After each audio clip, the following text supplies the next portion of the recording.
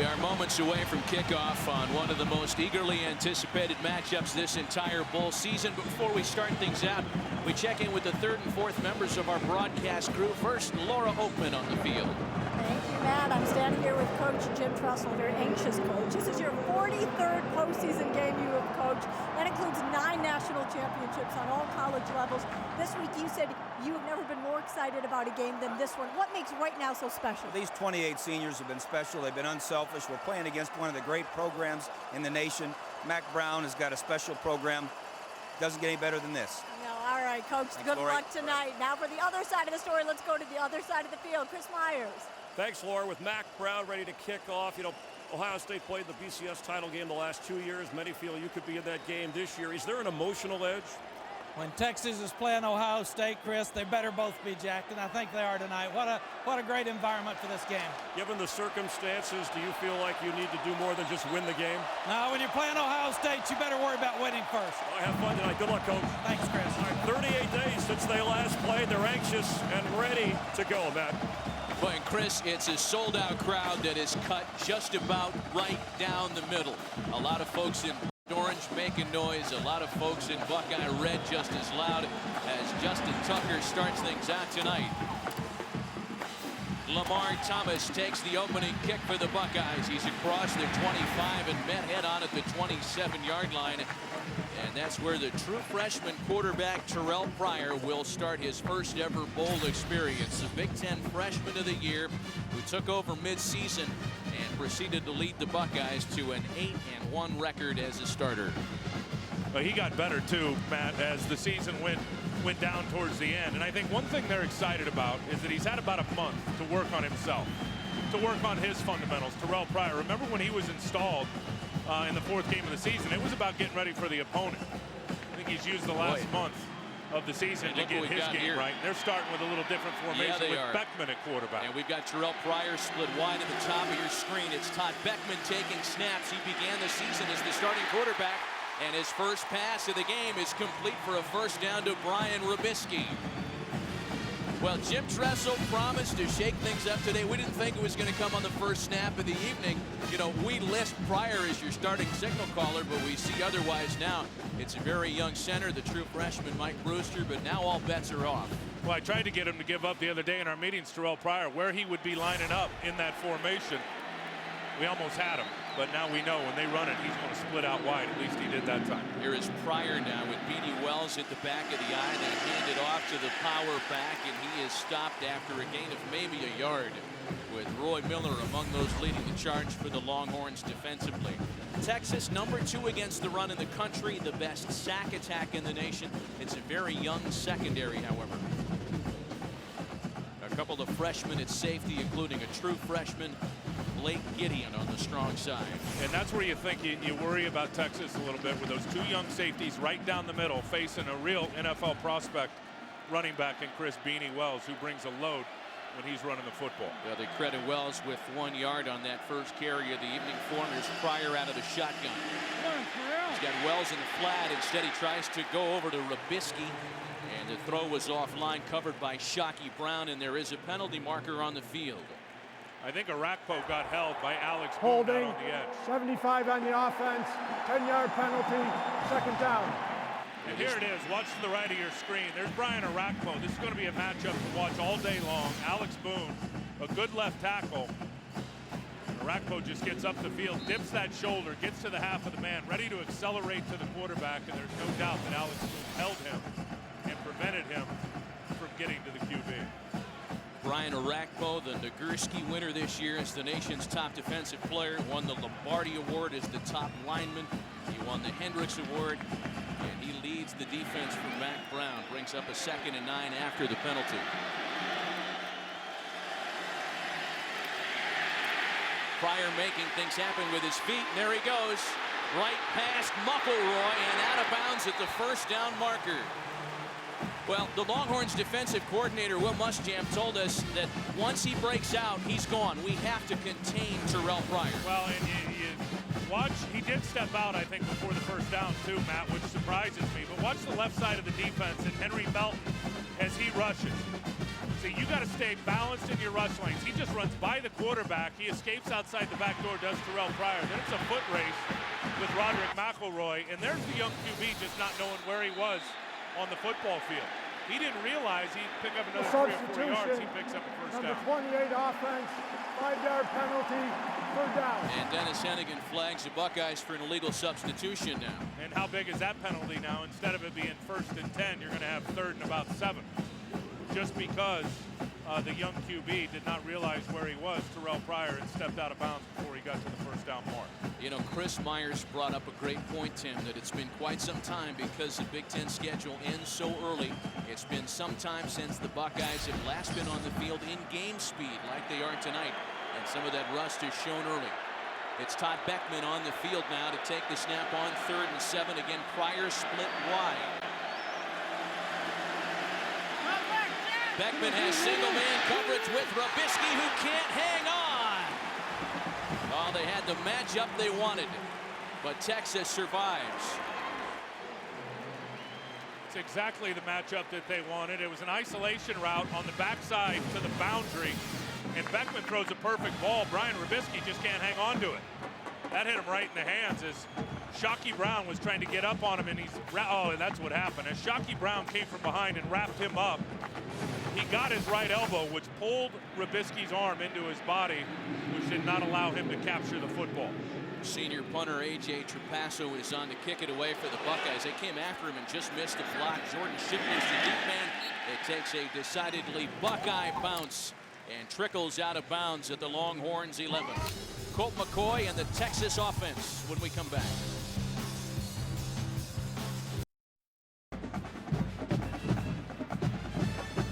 Quarterback Colt McCoy playing in front of a sold-out crowd that includes mom and dad. Brad and Deborah are here, among the many wearing burnt orange here tonight.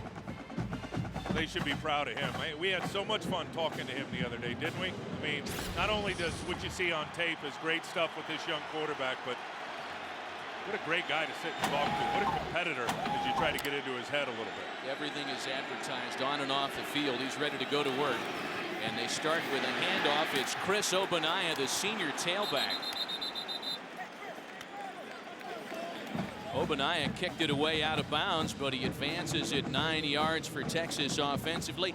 As we meet the rest of the Longhorns offensive unit, you've seen Chris Ogbonnaya, the 2 playmakers on the outside, Quan Cosby and Jordan Shipley, who tonight have a chance to become the first pair of Longhorn teammates to go over 1,000 receiving yards each in the same season. This is an electrifying Texas attack. Out of the shotgun on 2nd and 1, here's Shipley.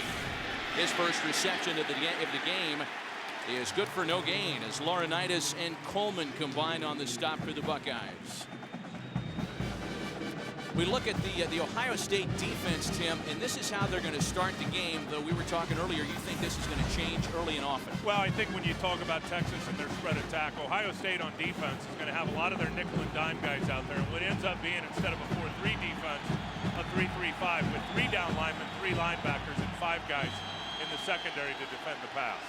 Texas has been outstanding this year on 3rd down. Only one school in the country better, but they failed to convert here as the swing pass to Ogbonnaya is incomplete. Marcus Freeman had him covered for the Buckeyes, and it's a rare 3 and out that starts the night for Texas.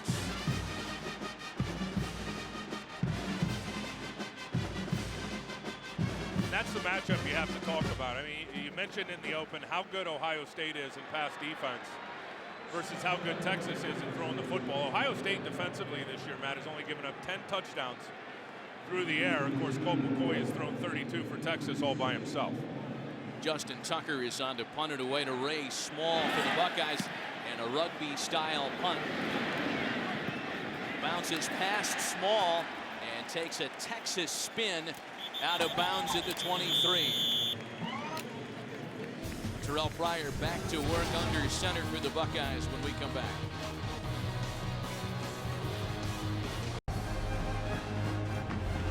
Well, each team has had one offensive possession here this evening, and Ohio State was able to convert a first down, a rare 3 and out by the Longhorns. Now, Jim Tressel threw everybody a little curveball to start the proceedings when he had Todd Beckman taking that first snap and Terrell Pryor split wide. It is Pryor who begins this drive, 1st and 10 Ohio State from the Buckeyes 24.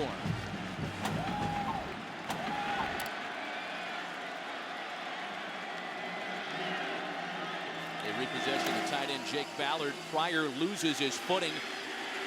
He gets the pass off, and it's complete to Robisky. That's the 3rd time they've targeted Robisky tonight. He's already got a couple of receptions. That one good for 16 yards. Let me show you what they're going to do to try to get Terrell Pryor freed up and out on the edges. They're going to motion over with Jake Ballard, as you see right there. And he pinned the defensive end, which then allowed the quarterback, Terrell Pryor, to get out of the pocket. Robisky just ran an out route, a little comeback route, right into the middle part of the zone there out on the edge. And Terrell Pryor was able to find him. But you'll see a lot of clever ways that they try to keep that quarterback from getting hit by that attacking defensive line today. They run the play fake. Pryor keeps, gets out of harm's way, and fires for the sideline. DeVere Posey makes the reception. Just shy of the 1st down, a gain of 8. The true freshman out of Cincinnati finds the ball. Coming on a crossing route right here. You got Terrell Pryor, who's buying time, and in the last second throws that ball up and finds DeVere Posey on the sideline. 2nd and a yard.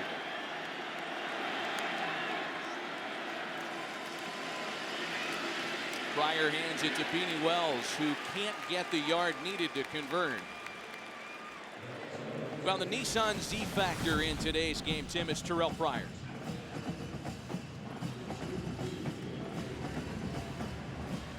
The Big Ten Freshman of the Year, who has already played well in the first couple of series from scrimmage. The Nissan Z factor brought to you by the all-new Nissan 370Z with the world's first Synchro Rev Match manual transmission. For more information on the Nissan Z factor, log on to foxsports.com, keyword Fiesta. You got both of the quarterbacks on the field here on 3rd and short. Does Beanie Wells have enough on this occasion?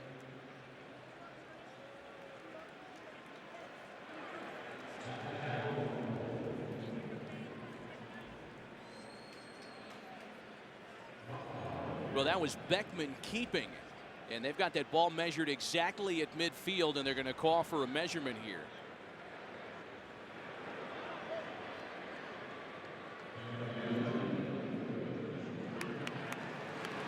First down, Buckeyes.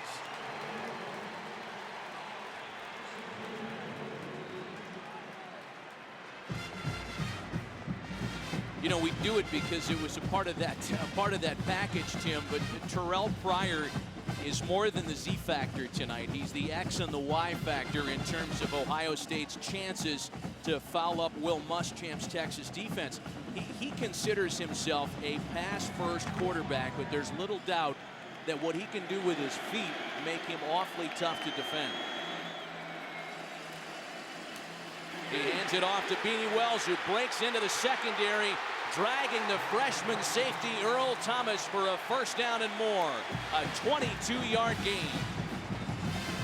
That's what I was talking about early with Beanie Wells, was he's going to get on those safeties, and he's going to be hard to bring down. They catch him in a slant. Watch Melton go down that way. Beanie's going to get right up in the hole. And then you see the natural crease right there with the offensive lineman coming around. He shakes down the first safety, Blake Gideon, and then carries Earl Thomas for about another 8 yards. Those are those 2 young safeties that are going to have to make plays down the middle of the field on the big running back, Chris Wells. Beanie Wells, despite missing 3 games with foot and hamstring injuries, over 1,000 yards this year. Beckman under center, Pryor in the flat rather, and that one's almost picked off by Rashad Bobineau.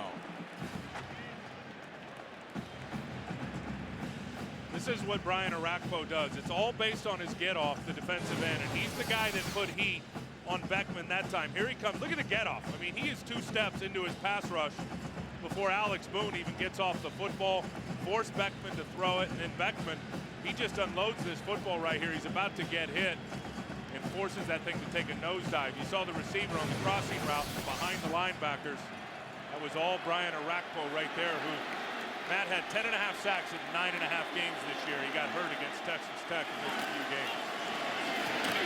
Beanie Wells Hurdles over the first wave of tacklers and is finally stopped by Roderick Muckleroy. A gain of 3 for Beanie Wells. Roderick Muckleroy, the Longhorns' leading tackler by a lot. The next closest total is 43 away. Some think he's one of the better linebackers, perhaps the best since Derek Johnson played in Austin. Well, when you put on the tape, he is their playmaker in the run game for sure. He's got a great ability to understand what's going on in front of him, and as he said, he hasn't seen a true power, a true lead all year long in the Big 12. He's going to see a lot of it today from Ohio State. Beanie Wells has already rushed for 26 yards. Some 7 minutes into the night. Pryor feels the heat. Here comes Sergio Kindle, and he gets to the quarterback. Right behind Brian Arakpo's sack total, you'll find Sergio Kindle. That was his 10th of the season. Coach Muschamp, as always, pumped up tonight. Well, his defenders love him too. Watch Sergio Kindle, number 2, as he's going to get off the ball. He takes an inside rush on Brian Brown. He's fighting with him. Now here's his ability to finish. You know, you look at Terrell Pryor, and he's so calm back there because he's got so much ability. Well, he was matched in ability that time by Sergio Kindle, who was able to walk him down and get a sack. Before a 50-yard field goal attempt, a timeout on the field. Ohio State trying to score first.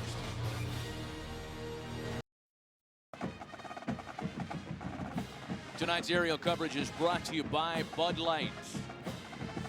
And back inside, Mack Brown spends a timeout prior to what will be a 50-yard field goal attempt by Aaron Petrie. Jim Tressel employs 2 field goal kickers, and Petrie is the long guy. He has hit from as far away as 54, and he's only had 5 attempts this year. He has hit all 5 of them. So a long one to try to put the Buckeyes on the scoreboard first.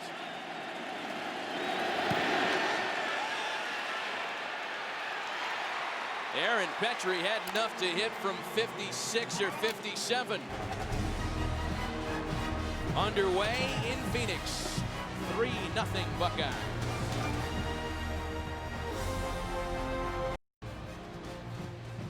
Well, Jim Tressel watched a 9-play drive that resulted in what was officially a 51-yard field goal.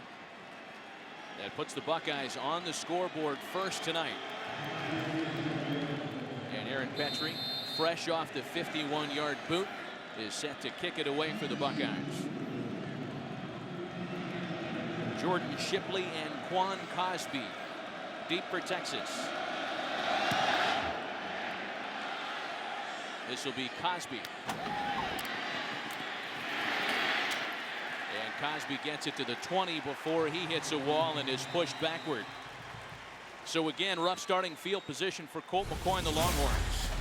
The all-time winningest college football programs. Boy, this list used to read Michigan, Notre Dame 1 and 2 for years until Texas passed the Fighting Irish. Notre Dame number 3 on the all-time list, followed by Nebraska, and then these Ohio State Buckeyes. 2 of the winningest active coaches in college football, and Tim, 2 of the winningest programs in the history of college football. No question. Outstanding programs and classy coaches that no doubt get it right. The success speaks for itself.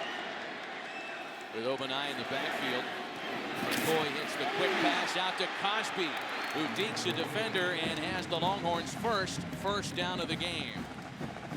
You'll see Colt McCoy, look at this read, and take it all day long. If they're going to play off coverage like they do right here on Quan Cosby, he's just going to go out and run a hitch route. 5 yards, they're going to get it to him, and then he's ridiculously good in the return game. And that's what he becomes. He really becomes a returner when he gets the ball in his hands in open space. James Kirkendall after that quick pass on the reception. And Texas will indeed change their pace quite a bit. Well, they're going to up tempo. They're a spread attack, and now they're going to go with a fast tempo, which is going to put a lot of pressure on this defense. Get those guys tired trying to run and hit and keep up with the football.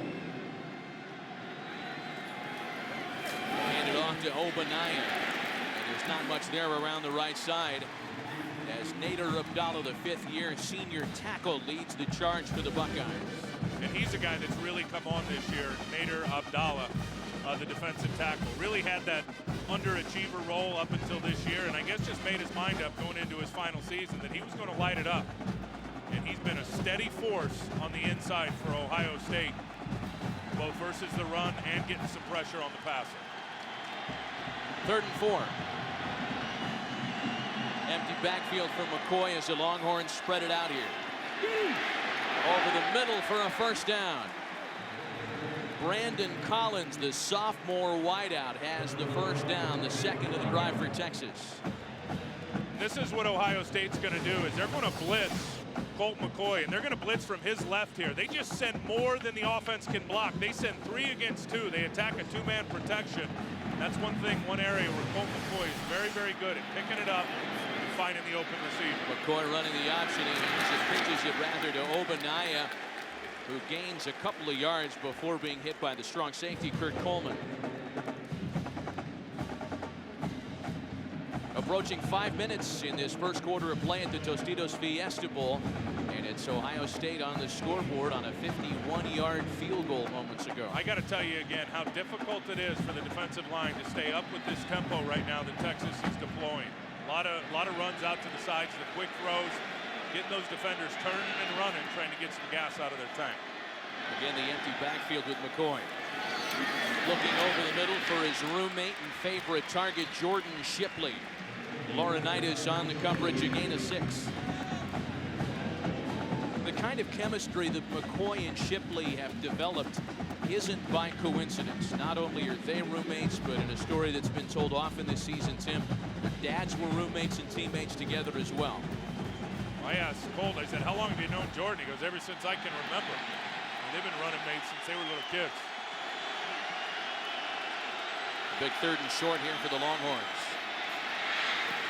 McCoy again looking for Shipley, who makes the catch short of the first down as Kurt Coleman wraps him up immediately.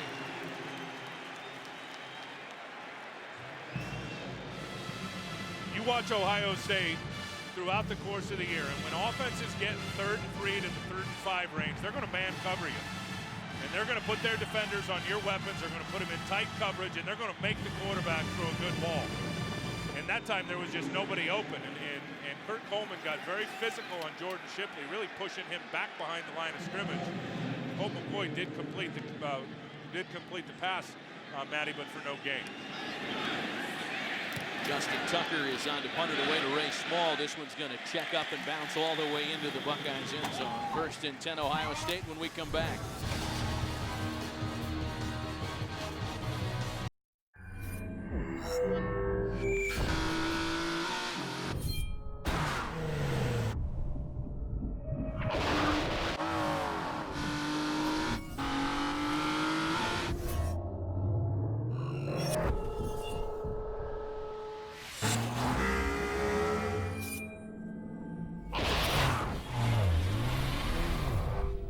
The all-new Nissan Z.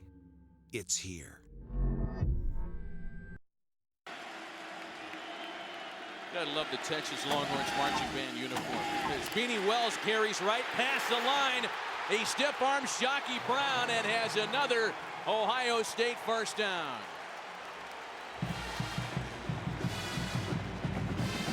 That's the lead run I was talking about, and when you get runs like this, it's not only just your offensive line and your fullback, which is great, but watch the block by Brian Robisky right there. I mean, there's the block that you look for that sealed the edge on Blake Gideon. Beanie Wells gets out cooking out to the perimeter and gets a nice big gain, but really it was Brian Robisky that came down and sealed it up. It cleared a lot of real estate for Wells to take off and go. It's the second time Beanie Wells has taken off for a 20-plus yard run today. This is Wells between the tackles. No gain on this attempt. Henry Melton leading the charge for Texas. And you mentioned the long runs. That's where they wanted to be good, Texas defensively today. And talking to Mac Brown, the head coach, the other day, I said, what bothers you the most? Where do you need to be successful against Ohio State? And Mac said, we cannot give Beanie Wells long runs. We've got to limit him to the 3, 4, and 5-yard runs and not let him get out and have the big pops. He's already had a couple in the first quarter of this game tonight. You know, from the other standpoint, Will Muschamp and the Texas defense wanted to make a statement against the run here today, feeling like their defense overall has been disrespected in the offense-happy Big 12, and that one's incomplete. off a couple of fingertips. Ray Small had a chance at it, as did the tight end Rory Nickel. These terrific overhead shots tonight are brought to you by DirecTV. If you call yourself a sports fan, then you got to get DirecTV.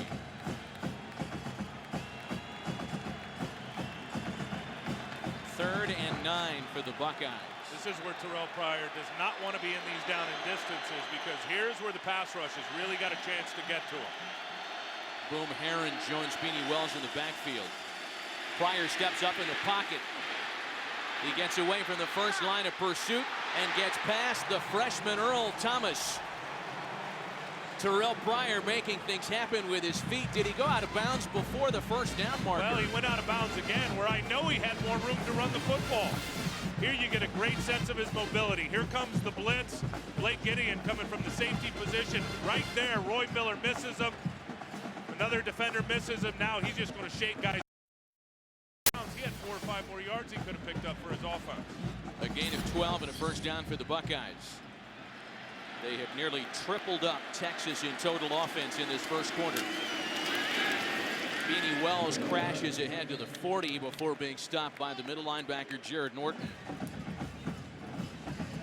But this is exactly how Jim Tressel wanted this script to read. Pound the rock, play defense. Beanie Wells has already gashed the Texas defense a couple of times. Well, and they've dominated time of possession in this first quarter. They're really playing keep away. That's how you beat and stay with a high potent offense, is you just keep the ball away from them. Play the ball control game, move the ball on the ground. They've been able to do that.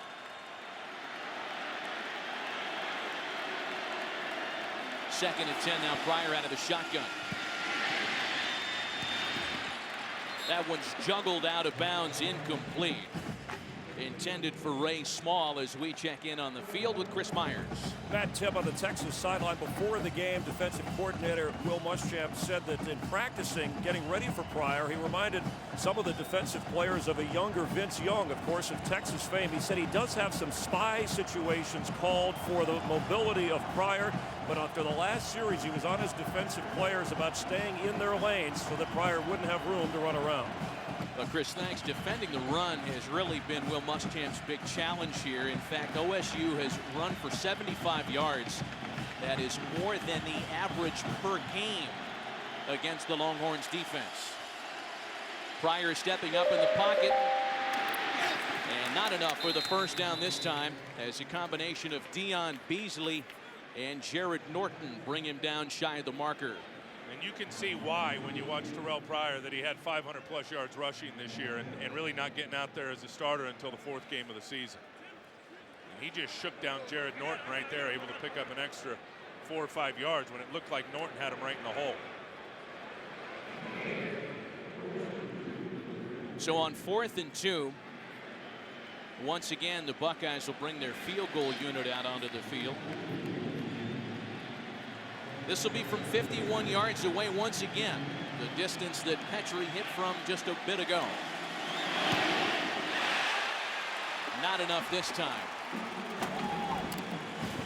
Looked like some confusion on the field on both sides of the football on that field goal attempt.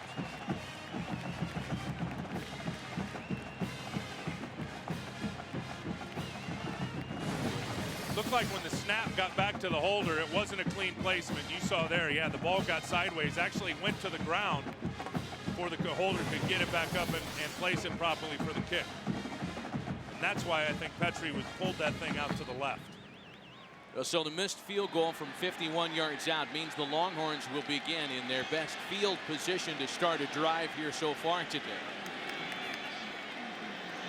It's Obaniah with McCoy on 1st and 10. McCoy runs the play fake, looking for Kirkendall, and a first down. James Kirkendall, the sophomore wideout from Round Rock, Texas, has his second reception of the night, a 13-yard gain.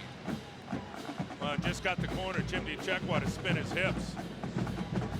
Kirkendall plays a lot now. You'll see a lot of Kirkendall. You'll see a lot of Malcolm Williams, guys, that Brandon Collins, guys that come in and play as part of that 3 and 4 wide receiver package.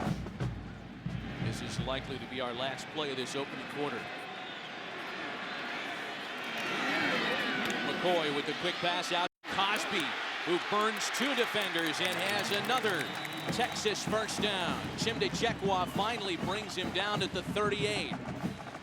A 15-yard gain. Well, just a quick bubble screen, and again, I think any way they can get the ball in space to their playmakers, they're going to do it. Colt McCoy right there to Quan Cosby, gets 1 block from Jordan Shipley, and as I said earlier, he just becomes a return man immediately. And in the hurry-up offense, McCoy finds Kirkendall prior to the clock winding down on this first quarter in Glendale. Our score after a quarter, Buckeyes 3, Longhorns 0. We'll return right after this.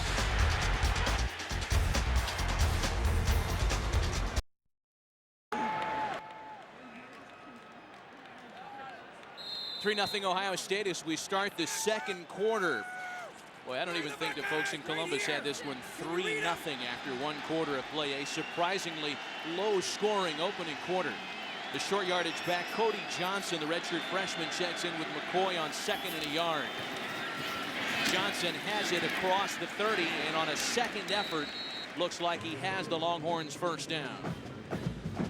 You got to think Jim Tressel feels good about his football team so far when you talk about keeping this Texas offense out of the end zone for the first quarter of play. And I think that was the challenge coming in, and I think with a lot of people that were watching this game is really how would Ohio State do defensively, and they didn't play real explosive offenses down the stretch. How would they hold up against a high-octane offense? So far, so good for Jim Tressel's defense. Fresh set of downs for the Longhorns. Here comes Ross Holman as McCoy gets out of trouble then and has it thrown incomplete. Cody Johnson, the intended receiver, not a guy that catches a lot of passes out of the backfield for Texas. You know, back to the Ohio State defense, Tim, none of the Buckeye fans are surprised in the way they've held up. This is a defense that allowed only 16 touchdowns in 12 games this season. Rob Rose is checked in. Guys like Laurinaitis and Jenkins, who are likely first-round picks in a number of months. And only 10 of those touchdowns through the air. They have been particularly stingy early in games as they work tonight. McCoy on 2nd and 10 out of the gun, and that one's incomplete. Brandon Collins felt the heat coming down on him in the form of Donald Washington and company. Anytime they run these little bubble screens or missile screens out on the edge, whatever you want to call them, if a linebacker sees it and sniffs it out, he's got to go get it. And that's exactly what James Laurinaitis did that time. You'll see him right there. I mean, he sees it, and as he sees it starts to develop, he just took the back door on those offensive linemen, got underneath, and really gave it no chance. James Laurinaitis, a 2-time consensus All-American, won the Lott Trophy this year as college football's Impact Player of the Year. And a 3rd and long now for Texas. Play clock ticking down. McCoy just gets the snap off. Here comes the pass rush. And it's complete for a first down with Quan Cosby and plenty of running room. Down inside the 10. A 19-yard gain.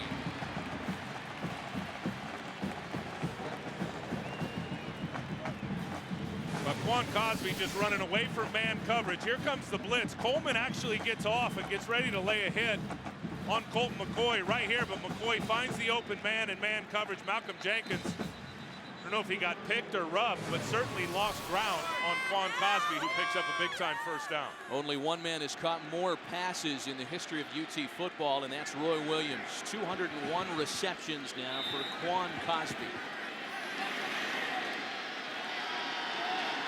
1st and goal. With Obanaya in the backfield, they like to throw to him.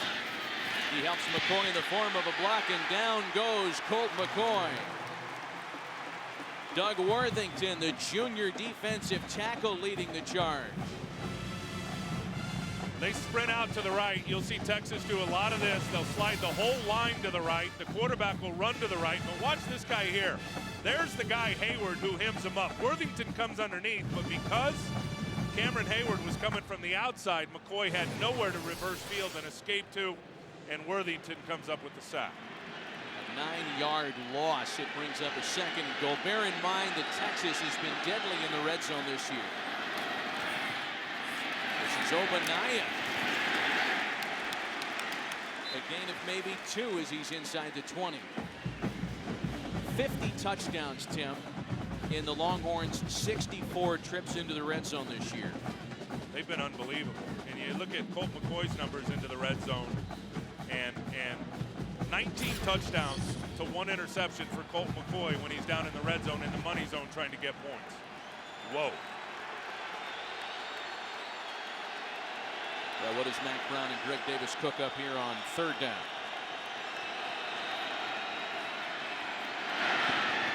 McCoy over the middle for a short gainer. Rarely do the Longhorns throw to their tight ends, but Peter Ullman, the 5th-year senior out of Austin, makes the reception. That's just his 7th career grab. It's an 8-yard gain that'll bring out the field goal unit for Texas. And that was just getting your kicker closer. McCoy had nobody open down the field. Just a good job. They were in man-free coverage, which is they had everybody manned up with a free guy on the back end, and he just had to go to his check down to the middle of the field, the tight end, to get his kicker closer for a field goal opportunity. This will be from 27 yards away. Lawrence is 9 of 11 on the year.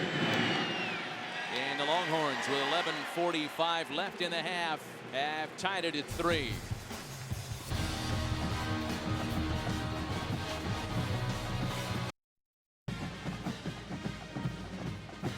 Aerial coverage tonight is brought to you by Bud Light. Well, we promised a high-flying offense as a part of the aerial coverage tonight, no pun intended. And so far, it has been defense and an Ohio State ground game that's been the story of this first half. A 3-3 score with 11:45 left here in the second quarter. Justin Tucker is set to kick it away. Boom Herron and Lamar Thomas are the deep men for the Buckeyes.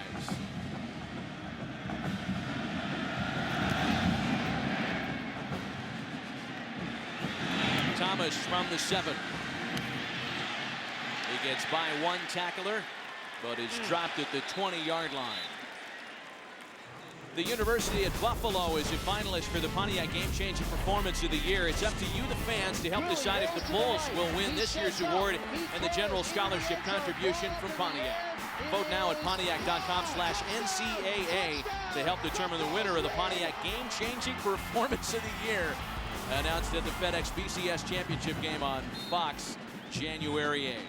Don't you love when the Hail Mary works? I love when the Hail Mary works and the play-by-play guy blows it out. It's 1st and 10 from the 21. Pryor hands it to Beanie Wells, who's had a big half. He slips through and into the secondary and has a Buckeye first down. Ohio State is dominant right now at the line of scrimmage. I mean, they are getting movement across the board. Watch Alex Boone and Benny Pearson to your left. Just wash guys down the line of scrimmage. Then you get one good kick-out block there by the backside offensive guard. Then again, it's Chris Wells up on those young safeties. He took Blake Gideon about 4 yards backwards once Gideon came up and made contact with him. Wells is averaging 5.5 yards a carry this year. Tonight, he's averaging just under 8 yards a carry.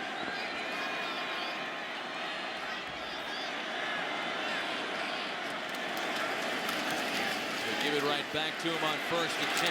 Patiently waiting to gain 4 more before Arakpo and Thomas make the stop. You know, when you talked about this matchup and in the pregame hype leading up to this great matchup this week, a lot of the negative conversation around the Buckeyes was about, hey, they've got a freshman quarterback. Their wideouts haven't caught the amount of passes they caught last year. They don't have a receiver in the top 95 in catches nationally. They do have Beanie Wells, however. Well, they've done it with a power run game and with defense and a quarterback that makes plays with his legs. Here comes McElroy. Pryor floats it off to Beanie Wells, who has room after the catch. Forced out of bounds at the 44. Another big Beanie gainer, a pickup of 20 yards.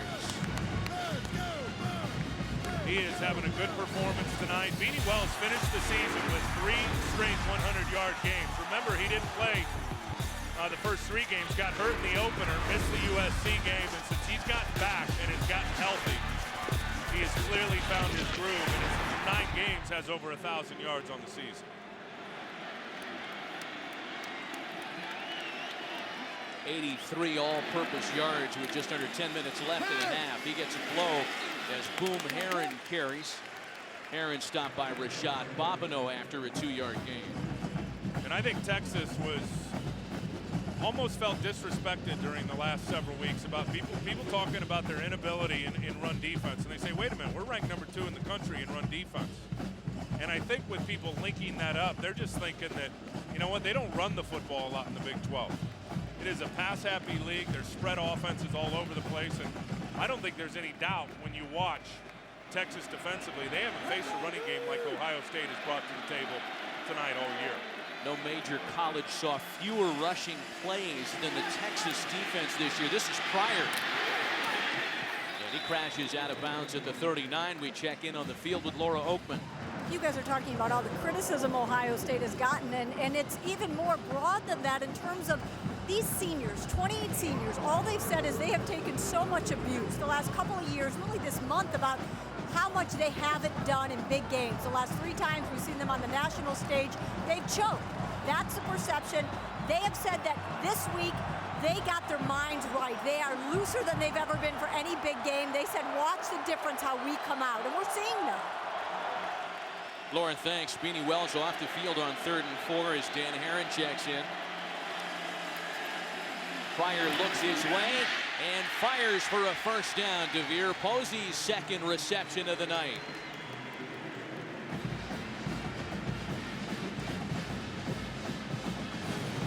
Man coverage, you got Curtis Brown on DeVere Posey. Here he is here. He's just going to run an in route. And right there, as Curtis Brown tries to get back into the play and make his break on the football, he slips. Well-placed football by Terrell Pryor, where the receiver Posey could get it and still have the ability to turn and pick up the first down based on where the defender was. The true freshman directing the 7th play of the drive now for Ohio State. And movement at the line of scrimmage. 64 on the offense, 5-yard penalty, first down. Jim Cordell was the starting center last year. He's a guy guilty of the yips here that'll bring up a 1st and 15 now.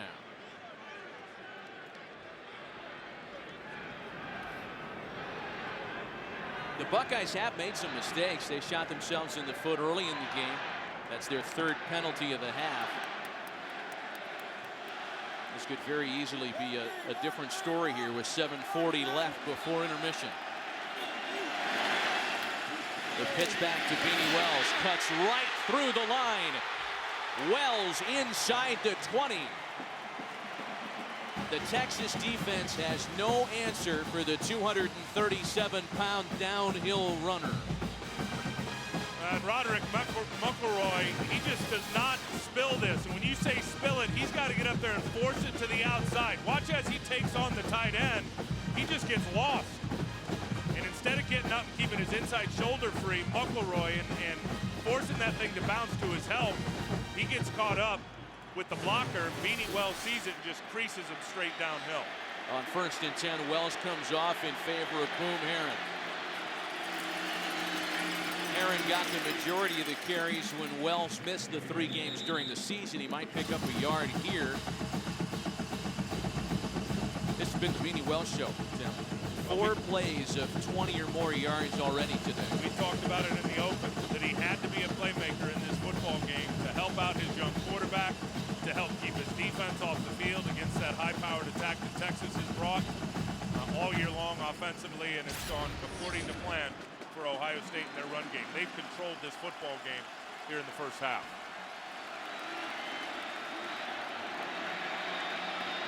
Dane Sonsenblacher, the wideout, in motion. Pryor looks his way. Here comes the pass rush. Pryor with wide open spaces in front of him. Still going as he's out of bounds at the 5.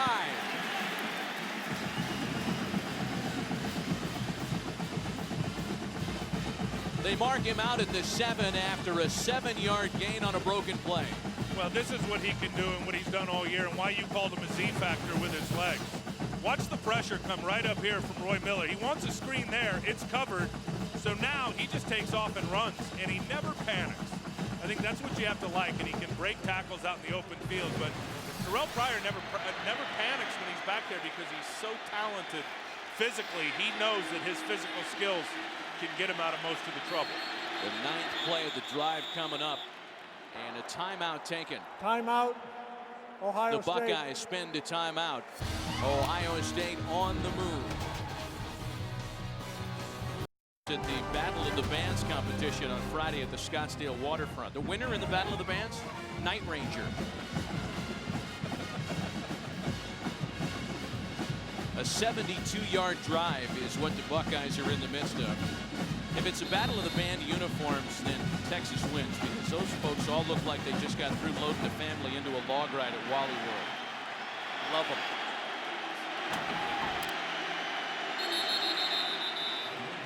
Flags aren't down. False start. It's going to hurt. 70 offense. Boy, once 5-yard penalty. Hey, you're down. very third manageable at 3rd and 2. Bryant Browning, the right tackle, just flinches a little bit. Texas picked up on it, as did the officials. Move him back 5. Bryant Browning, the sophomore from Cleveland, guilty of the penalty.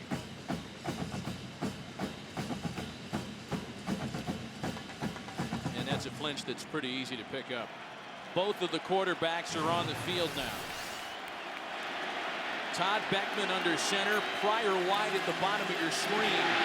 Beckman over the middle. Great pass defense by the only returning member of the Longhorns secondary, the veteran Ryan Palmer.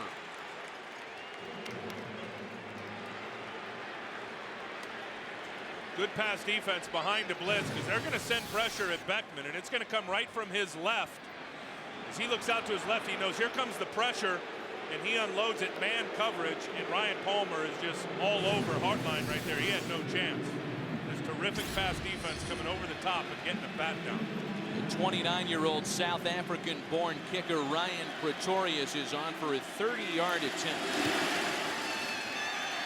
And Pretorius is up and good. Everything on field goals so far in Glendale.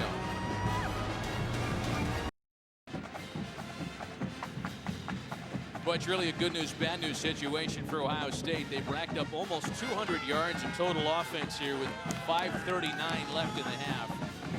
However, they've got a total of 6 points to show for their efforts so far. Well, that's an area Texas defensively has been very good all year. When they've got their backs against the wall down in the red zone, they've held opponents to more field goals than touchdowns all season. Aaron Petrie will kick it away. Shipley and Cosby are deep for the Longhorns.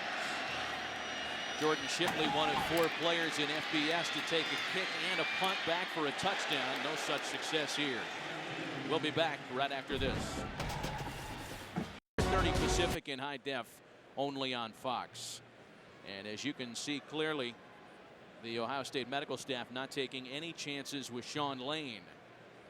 Well, and that's the right thing to do, obviously. Anytime you're dealing with head, neck, or back, or something vital like that, you're going to keep the guy on the ground. Now, some good news that we did see is after the initial hit, he actually popped up, got to his feet, and his players helping him out, and then went back down to the ground.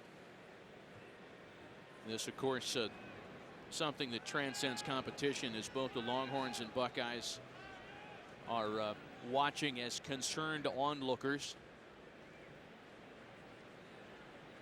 Let's check in on the field with Laura Oakman.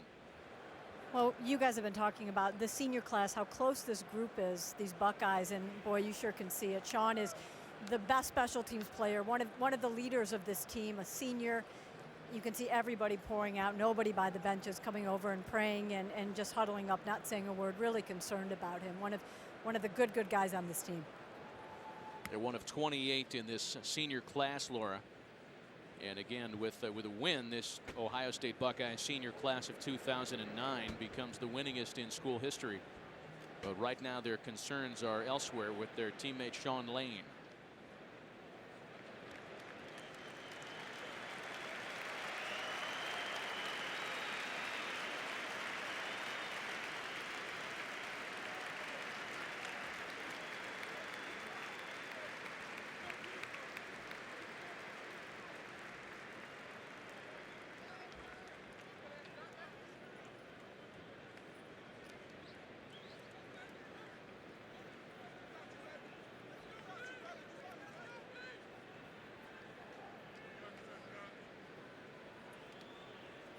James Laurinaitis is talking to Sean, and Boy, we're all kind of optimistically waiting for a thumbs up from him. And we'll, of course, stay on top of that situation. And with Chris and Laura on the sidelines, there's the thumbs up. There you go. So some good news, Tim, after a big hit. Well, and he did everything right. That's what's, you know, it's just a hazard of the game because he came in there and as he hit Jordan Shipley, his head's up, he gets it to the side, everything looked good until contact was made. I mean, so many times when you see a guy get injured and taken off like that, he'll hit with his head down and he'll get caught in an awkward position. All of that looked right for Sean Lane. So now the Longhorns ready to begin the drive after the delay. 1st and 10 from the Texas 25. Chris Obanaya split wide at the bottom of your screen. McCoy over the middle, and the pass is batted down. Nader Abdallah, the only senior up front, has really shown up here in the Fiesta Bowl, the Tostitos Fiesta Bowl in Phoenix. And if you're a big defensive tackle and you don't get great push, and here's 93 here, and you can't get up and get in the crease, you just play the quarterback, read the quarterback, and get your hands up. You can't get off the line of scrimmage and really affect that quarterback with a pass rush. The best thing to do is to stay right there, read the eyes of the cube, get your hands up and get a bat down. Nice work. Here comes Laurinaitis on the outside. McCoy gets the pass away and it's incomplete. Saw Laurinaitis coming and might have flashed back to a day a couple of years ago when he threw his first career interception to the Buckeyes, number 33. And Laurinaitis, here he is here. He's their best blitzer. And I think Jim Heacock does a good job of identifying who your best blitzers are and dialing those guys up to be your finishers. And that time, Laurinaitis coming off the edge forced McCoy to really get rid of it before he wanted to, which caused the erratic throw to Obanaya. Back-to-back incomplete passes by McCoy have been rare this year. Again, empty backfield. Obanaya split wide at the bottom of your screen.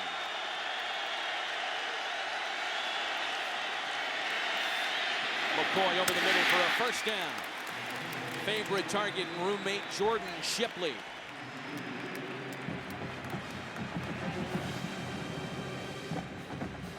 This is how you draw it up offensively. Shipley coming out of the slot. He's going to be here. He's just going to run a crossing route. He's going to get behind the linebackers and in front of the safety, Kurt Coleman.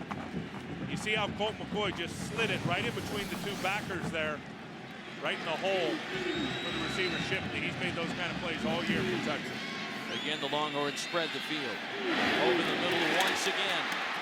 This time for Quan Cosby and another Longhorns first down. A 22-yard gain. When the Longhorns stay in hurry-up mode. 1st and 10 from the Ohio State 40. That was the same play they just ran, but to the other side, and this time to Quan Cosby. Identify the zone, Colt McCoy, and throw the crossing route right behind it. McCoy now 13 of 18, 129 passing yards. Fozzie Whitaker has checked in for Obanaya. He split wide at the bottom of your screen. And whistles before the snap. Going to have a false start on the Longhorns. False start, 11 offense, 5-yard penalty, first down. James Kirkendall, the wideout, got a little jumpy. Your Tostitos game summary tonight. The Buckeyes have out-yardaged and out-time of possessioned the Longhorns, something that really hasn't happened very often. In fact, the Longhorns lost the time of possession battle only 3 times during the season. Been a big dose of Beanie Wells from the Buckeyes. He's run for over 90 yards in the half. That one complete over the middle to Brandon Collins. Kurt Coleman on the stop. And that's what I think makes Colt McCoy so good, is identifying what a defense is trying to do and then knowing where his hot route is or his open receiver against him. That time he looked out to his left, saw Laurinaitis was going to come. They had a vertical route going that was going to hold the safety and then ran the slant underneath it with a nice completion. So they get 4 of the penalty yards back. It's 2nd and 11 now from the Buckeyes 41. McCoy has worked with the empty backfield for much of this half. Incomplete, looking for Kirkendall. And we check in on the field with Chris Myers. Matt, he's been called a gym rat of football, and during the frustrating portions of the first half, Colt McCoy working his headset almost like an iPod. Now, his father is here in the stands hoping his son can put a drive together with the family. Drove 13 hours from Graham, Texas to be here for this game. Legend goes, when he was 8 years old, his father, a coach in Texas, young Colt McCoy tugged his dad, said it'd be a good time for a screenplay. His father called the play, it got a first down. That's what his dad said. I knew this kid had a head for the game. Chris, thanks. And if it ain't true, it's great stuff anyway. And pass complete out to Brandon Collins. They'll be short of the first down as Chimdachekwa had the coverage for the Buckeyes, a gain of 4. That's just outstanding defense. Making McCoy throw it quick and then rallying up with your defenders. He's going to have to unload a short pass. When they're an empty, you simply just send more than they can block. The quarterback's going to have to throw it quick up in front of the defenders. They rallied up and made the tackle. One thing I'm real surprised about is we haven't seen Colt McCoy take off and run with the football today at all. Not once has he taken off and made a play with his legs, which he's been very, very good at doing all year. Boyd on 4th and 7, the Longhorns keep McCoy in the offense on the field. Texas is 10 of 12 in fourth down conversion attempts this year. And before they try it, they want to think about it. We remind you to stay with us at halftime. Coming up on the Southwest Airlines halftime show, Chris, Eddie, Barry, and Jimmy. You'll have first half analysis and a preview of the FedEx National Championship game. That's the Southwest Airlines halftime show coming up as soon as we go to 0 here in the second quarter. A shockingly low scoring start to what many folks expected would be a shootout here in the desert. Are you as surprised as I am that Colt McCoy hasn't made plays with his legs? I am, especially when you consider there's about a half dozen plays they have in that are designed runs for McCoy, who is the leading rusher on the Longhorns this year. It's not like Ohio State is just sending 2 and dropping 8 and keeping everybody in front of him to limit his runs. They've tried to dial up the heat, get some pressure on him. There's been some running lanes for him to take off. He just hasn't taken them. Texas has 1 timeout left with 2:32 left in the half. 4th and 7. They keep Obadiah back there with McCoy, but here comes the pass rush, and down goes McCoy. Thaddeus Gibson and James Laurinaitis came in untouched.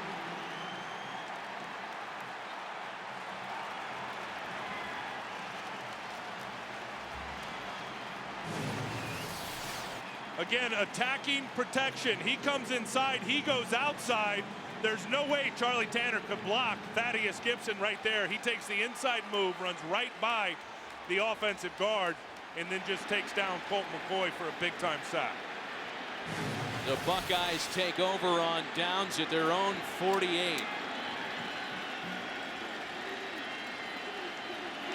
And if the folks back in Austin are thinking about what happened in the first half of that Texas Tech game, that was the only other time all year that the Longhorns went into the locker room without a touchdown in the first half. Some jumpiness before the play.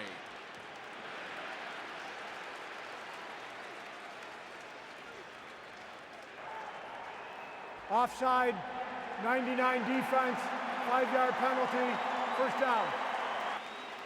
The senior Roy Miller guilty of the offsides violation. These great overhead shots are brought to you by DirecTV. If you call yourself a sports fan, then you got to get DirecTV. 1st and 5 now for the Buckeyes. Beanie Wells at the back of the eye. And Beanie is close to the first down marker on 1st and 5, a pickup of 3. Wells averaging 8.5 yards a carry, 94 yards here in the half. Really surprised that Will Muschamp, the defensive coordinator, because the running game has been so successful for Ohio State, has not inserted that 8th defender into the box to help stop the run. Look at that in terms of the rushing yards. That's ridiculous in terms of the contrast.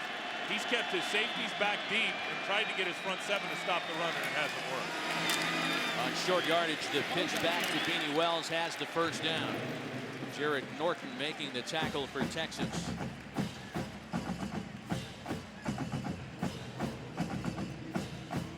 Buckeyes have 2 timeouts left.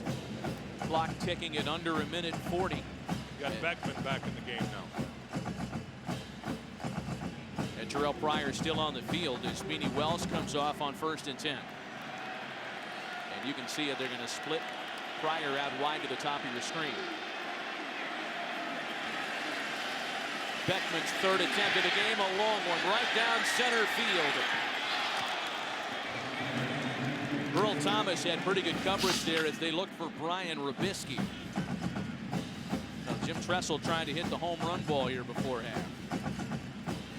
Again, a reminder coming up on the Southwest Airlines halftime show. Chris, Eddie, Barry, and Jimmy have first half analysis. And of course, a preview of the FedEx National Championship game on Thursday from Miami.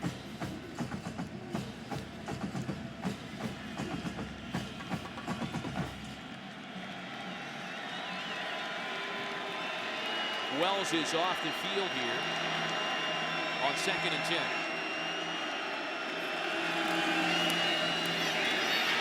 And Pryor spikes it, throwing it away as he felt Henry Melton coming in hard.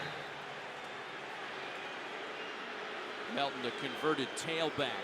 He's a pretty good story, and he's got an uncle, Ray Crockett, that played in the National Football League for a long time. And Ray, I guess, has been telling people for a while that dude's a defensive end. Get him out of the offensive backfield and get him on the line of scrimmage rushing the passer. And he's had pretty good success. Now, he gets a lot of one-on-one opportunities because he's got Brian Arakpo opposite of him, who really commands most of the protection. But early in his career, Henry Melton at Texas actually had 10 touchdowns in one season when he started here with the Longhorns as a running back. Maurice Wells checks into the backfield with the fullback Brandon Smith. Buckeyes 3 of 7 on 3rd down. The pass rush is coming and the pass is incomplete.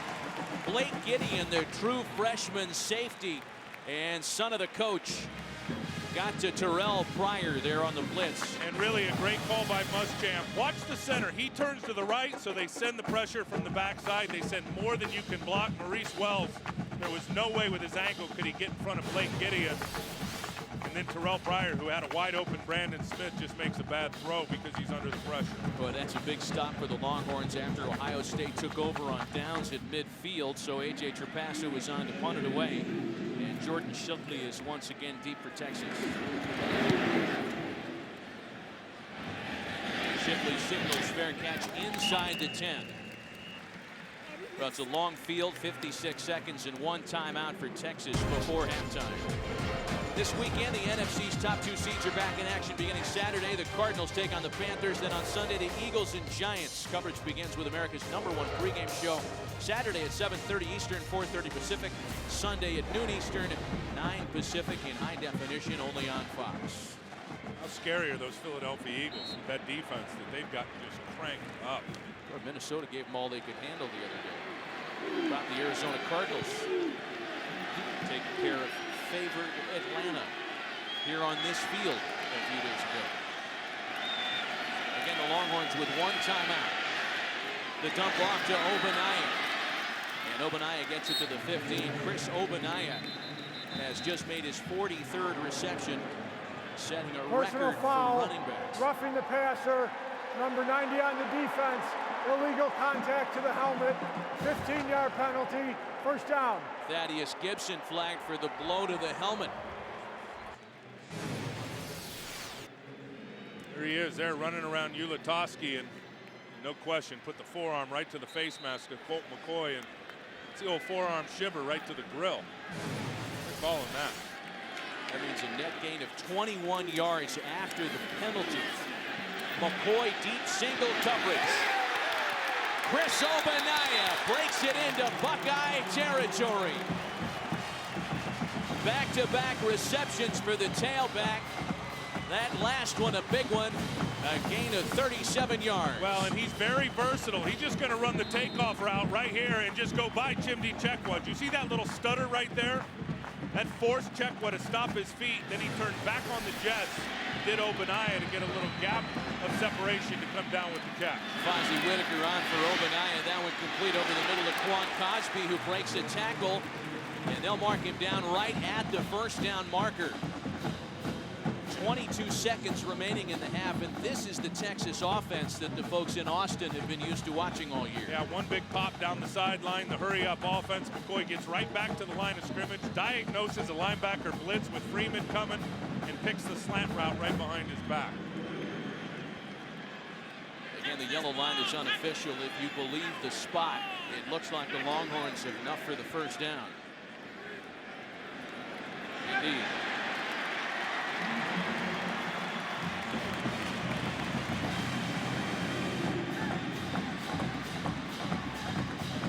Major Applewhite, the running backs coach of the Longhorns, helped directing the offensive charge led by coordinator Greg Davis. It is such a well-designed Longhorns offense. Here's the matchup. That's the tailback, Fozzie Whitaker, at the bottom of the screen on the linebacker, Ross Holman. The pass goes the other way to Quan Cosby. And Texas is inside the Buckeyes 20.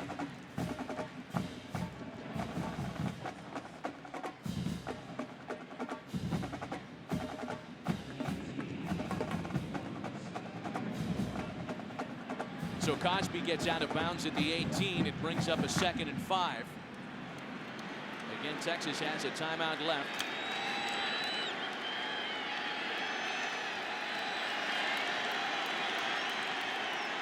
.73 yards so far on the drive. McCoy rolling left. Finds Shipley. Shipley's out of bounds at the 15.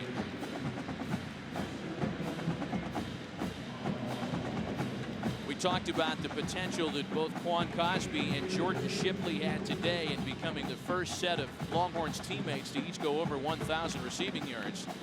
And that has happened here in the moments prior to halftime. McCoy told us, Colt the other day told us that he you know, most guys only have one. He goes, I genuinely have two #1 wide receivers in Shipley and Quan Cosby.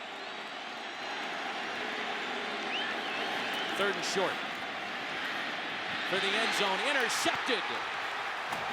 Anderson Russell. The junior from Atlanta stepped in front of a floater intended for Cosby, and that's where the Longhorn drive dies.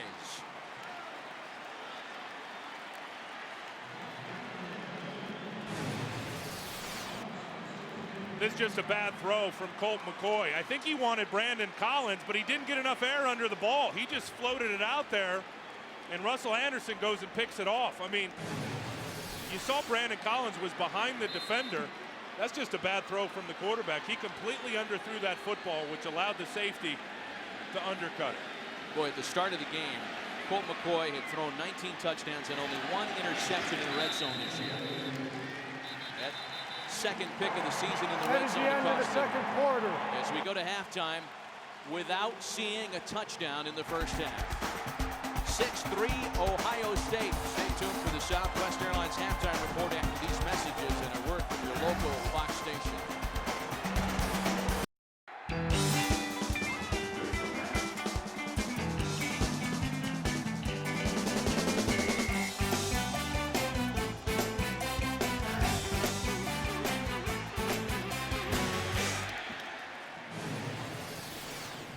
A lot of defensive highlights, a game known for its big offensive numbers, the Tostitos Fiesta Bowl, and we're looking at a 6-3 score, getting ready for the second half. Back alongside Tim Ryan, Matt Vasquez, just like we figured, right? 6-3 at halftime. Yeah, right.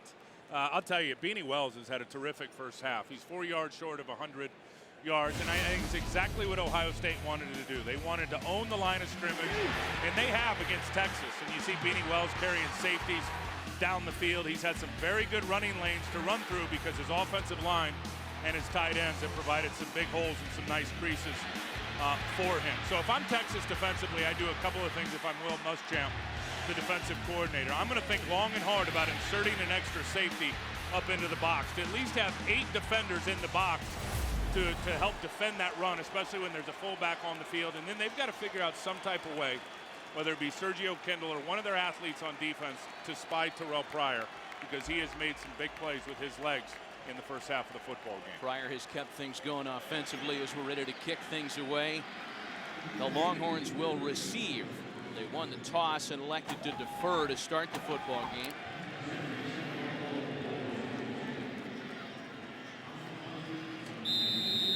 frustrated Mac Brown. Well, he should be frustrated. His team hasn't showed up in the first half of this football game. This is a club that averages 44 points a game. To walk in after 30 minutes of football with 3 on the board, that's not going to get it done.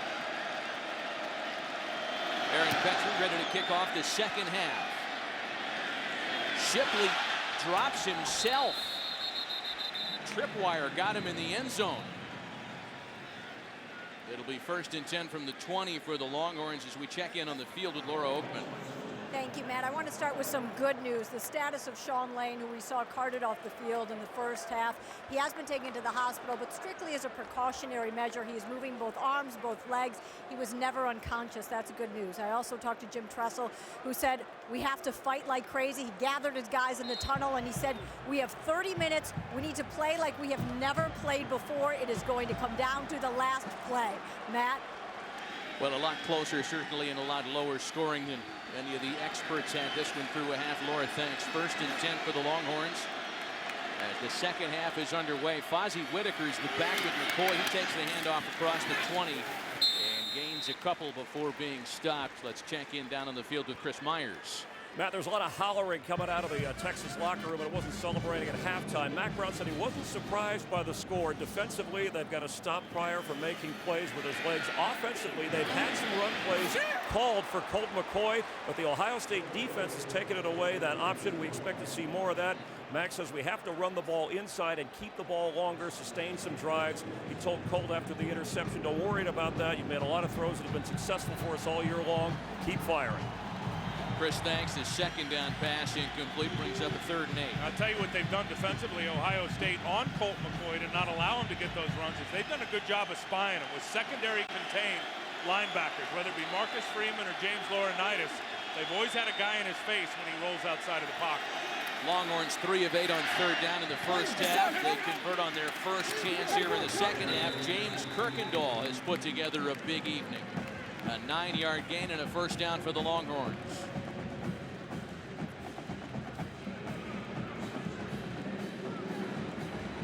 Longhorns playing in their 2-minute offense. Obaniah with his biggest gainer of the game. Down right at the marker, just short of a 1st down, a pickup of 9. And not a bad idea to try to run the football. You know, Obaniah is over 5 yards to carry. You look at their backfield, and even though they've got 4 or 5 guys that run the ball, they've had success in the first half. They didn't even commit or try to run the football. Fozzie Whitaker stumbles for the 1st down, but there's a flag down at the line of scrimmage. There's also a Longhorn down as center Chris Hall is slow to get to his feet. Holding, 71 offense, 10-yard penalty, 2nd down. Might have been why he was slow to get to his feet. You're built for a tough first half stats.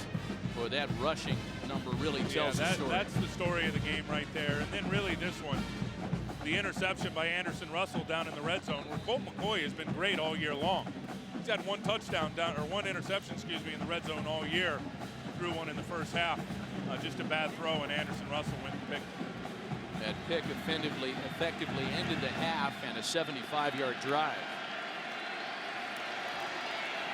Obaniah swings out of the backfield, but the pass is over the middle, deflected. Almost grabbed on a second effort by Quan Cosby. It was intended for Peter Ullman. Colt McCoy is just really not in a groove in this football game, because this is really an elementary pass for him, one that he can make easy all day long with his eyes closed. He just fires that one with some heat and a little high. Now one that Ullman probably should have caught. That's a dangerous pass up high on a guy that's not used to catching the football when you think about the defenders behind him on the tip throw. McCoy 21 of 30 for Kirkendall, incomplete.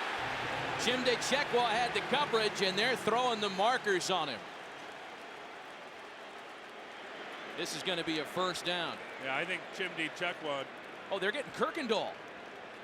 I think he called it wrong. I think they're going to take it against Chimde Chekwa. Pass interference, number 5 defense. Ball be placed at the spot of the foul. 1st down. Indeed, 1st down Longhorns. Chekwa's got him in man coverage, James Kirkendall, and I think he prohibits Kirkendall from getting his left arm up to catch the ball. You see him grab his left hand right there, slowed him down, and that's a good call by the official. The ball was in the air. He had full contact on Kirkendall and did not allow him to get his arm up and get to the football. Whitaker carries up the middle. There is nothing happening there as Thaddeus Gibson plugs the hole. Have you noticed, Tim, and certainly this was something that we looked at the start of the game, the Longhorns have not tested Malcolm Jenkins at all. McCoy has not thrown in that direction at all this evening. Well, he's the boundary corner, Malcolm Jenkins, and he's the best corner on the football field. The guy's going to be a top 10 pick in the NFL draft. You know, he's going to be the guy most of the time backside on Quan Cosby into the boundary playing man coverage. There's the matchup right there.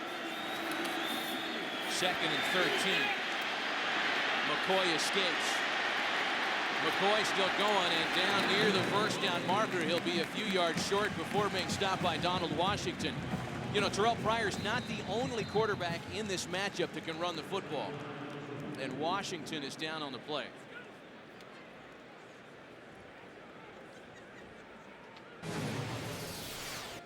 Here's the replay. There's Laurinaitis, who's covering the tight end on the little stick route. As the tight end kicks back out, he just basically runs interference on Laurinaitis. Does a good job, really, screening off 2 guys. Laurinaitis, then Donald Washington, to buy Colt McCoy some extra yards.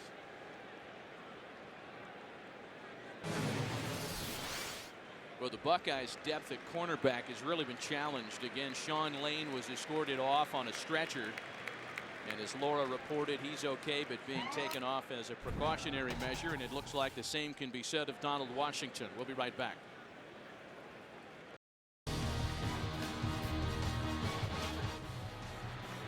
Well, it's been a 7-play drive assisted by a pass interference call. 3rd and a yard on the Buckeyes 46 for Colt McCoy and the Longhorns. The short yardage specialist Cody Johnson, the Redford shirt freshman, is checked in. Johnson carries. He drags Laurinaitis with him, but he'll be short of the first down.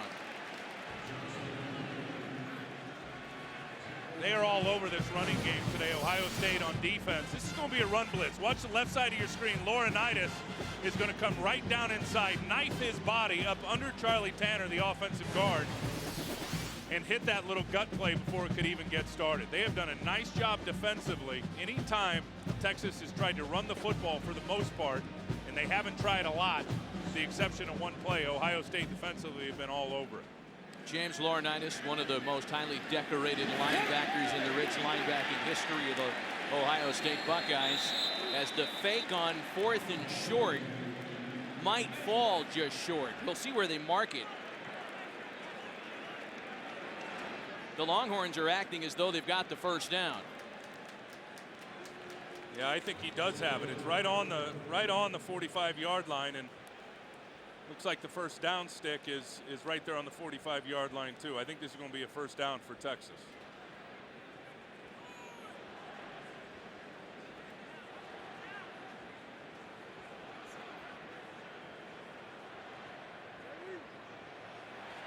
First down, Longhorns. Just a direct snap right to the up back, right there. Pretty good surge by the offensive line in front of him. He does a nice job by just finding a little crease. Rashad Bobineau right there. He looks off to the right and then back to the left. Just enough right at the first down stick. So a fake on 4th and 1, a pass interference call, a little bit of everything has contributed into this drive for Texas. A fresh set of downs on the Buckeye 45. McCoy over the middle for Obanaya, down at the 39 as Laurinaitis makes the stop. They've gotten all over Colt McCoy. When he does a traditional drop back, even out of shotgun, the defensive tackles for Ohio State have gotten some pretty good push up inside. They had 2 sacks in the first half. And that time, Hayward and Worthington both creased up inside in the A gap in between the guard and the center and the B gap between the guard and the tackle, and both had good pressure that time on McCoy again. Obanaya carries, a gain of a few. Marcus Freeman makes the tackle for the Buckeyes.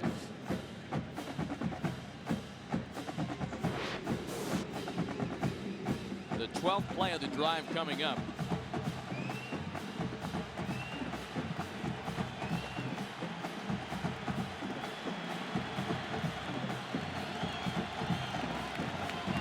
The The Longhorns have mixed up their tempo on the drive.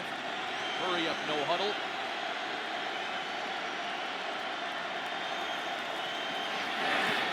Quick pass out to Shipley is read immediately by Chimde Chekwa. And Shipley will be short of the first down. That is such a good job by Chimde Chekwa out there in zone coverage. You're going to see him. He's covering Kirkendall here. As Kirkendall releases, he reads the quick little out route, peels right off of the outside guy Kirkendall, and comes up and makes a tackle about a yard in front of the first down mark on Shipley. That's really nice work by the corner, Chimde Chekwa.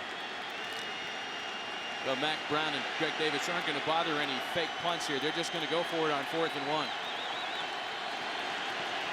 Big Roy Miller, the defensive end, is in at fullback. He leads the charge, and Johnson has the first down. Let's check in with Laura Oakman. Matt, Donald Washington has not been in since that injury, but I can tell you, I'm not a doctor. I'm about to play one on TV. He did go to the training table. All the trainers walked up to him. He shooed them all away, didn't let them touch a single body part. He has not gone on the field since that injury, but he's been on the sideline the whole time with his helmet on, looking like he's about to get in. All right, good news, Lauren. Thanks. 1st and 10. Been a 6-minute drive for Texas. The play fake. And McCoy finds Obanaya over the middle. There's a flag down in the backfield as McCoy took a late hit.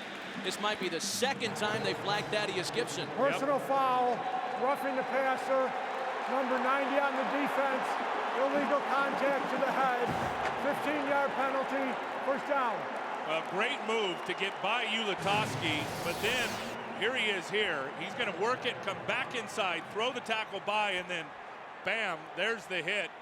Put the crown of his helmet right on the ear hole. Bam, right there. I don't know, actually got him up under the shoulder pad. Jim Tressel is furious. You can hear the Buckeye fans here in the stadium as they react to the replay here on the video screens. It's going to put the ball inside the 15. 1st and 10 for the Longhorns at the Buckeyes' 14-yard line. I think that was a legitimate hit, but one that was hard for the referee to call from his vantage point, because I'm sure from his vantage point it looked like a helmet-to-helmet shot on Colt McCoy, but in fact it wasn't. Longhorns into the red zone for the 3rd time tonight. This is McCoy doing it himself. Touchdown, Texas!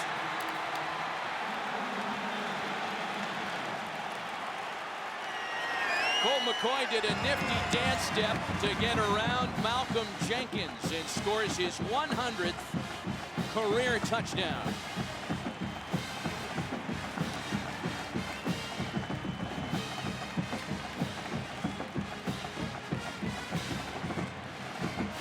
Mr. and Mrs. McCoy can finally break out a smile.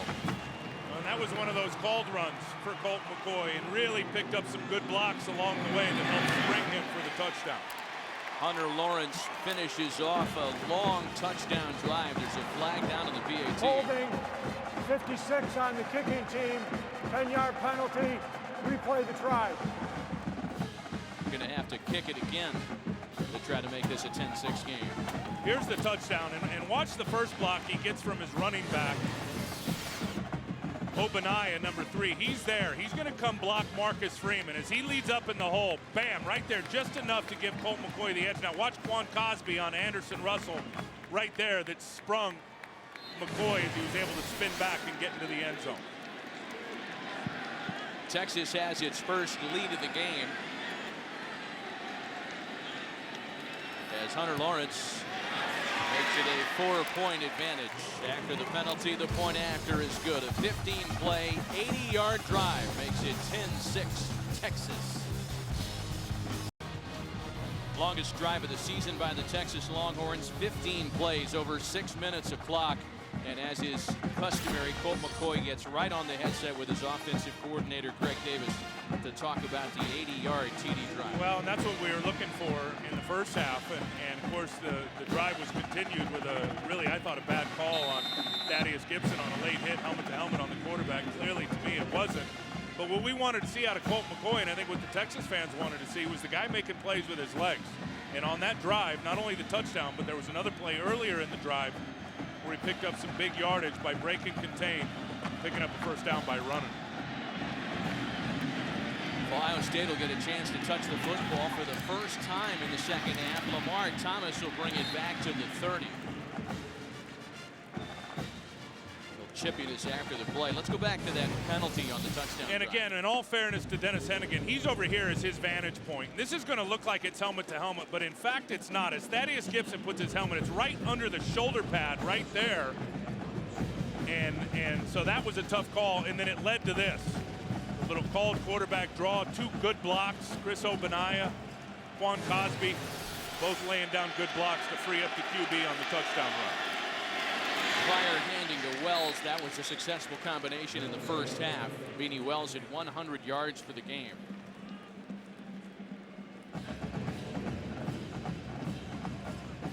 Well, Thaddeus Gibson's been flagged twice. On the very next play, Colt McCoy breaks it for the touchdown run. By the way, only the 7th rushing touchdown allowed by the Buckeyes defense this year.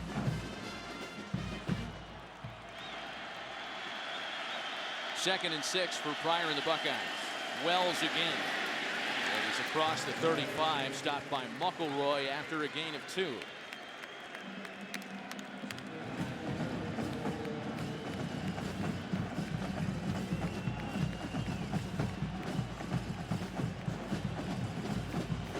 There has not been a lot through the air for Ohio State. It's been Beanie Wells, as we said at halftime, and Terrell Pryor running the football. Pryor right now in this game, he's only attempted 10 passes. He's completed 4 of them for 50 yards. Buckeyes are 3 of 8 on 3rd down so far.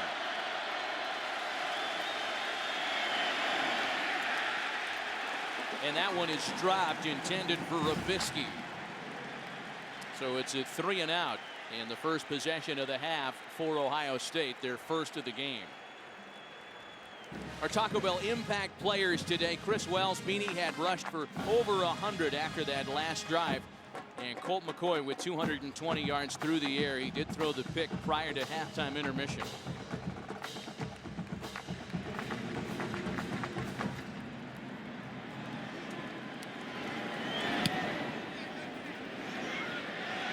Shipley signals fair catch at the 18. 6:58 left in the 3rd quarter.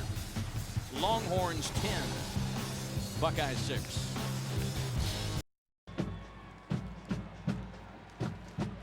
Aerial coverage brought to you by Bud Light. The difference is drinkability.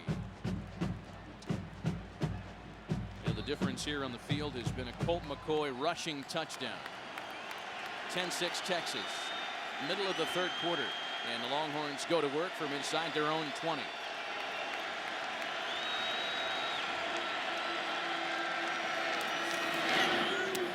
A quick pass out to Quan Cosby, who again gets around Chimde Chekwa. Cosby nearing 100 receiving yards. I think Mac Brown is hoping his team has found an edge. I know coming into this game, as he told us, he was worried about his team not having an edge. He said usually the team that wants to be here more and wants to be here the most wins the most. He was worried about his football team against Ohio State, just with the dynamics of both of them being in this game. That maybe Ohio State wanted to be here more and would have more of an edge. I think his team is starting to find their edge here in the second half. Texas offense starting to function on its customary high level. A 17-yard pickup to Jordan Shipley.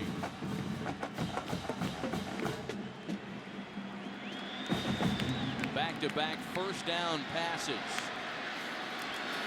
Play fake with Obanaya.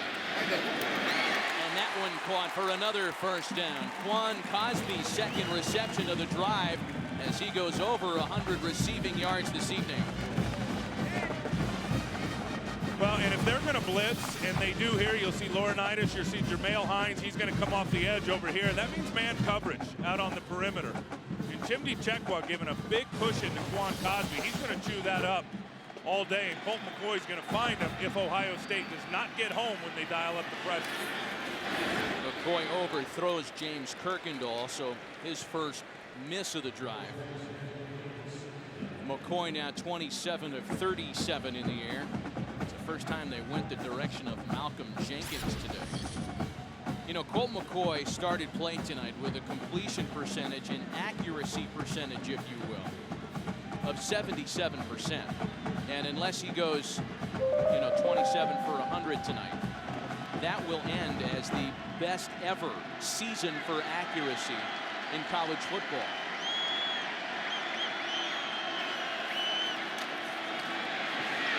Backpedaling, he gets rid of it just in time to avoid what would have been a loss of 20 yards.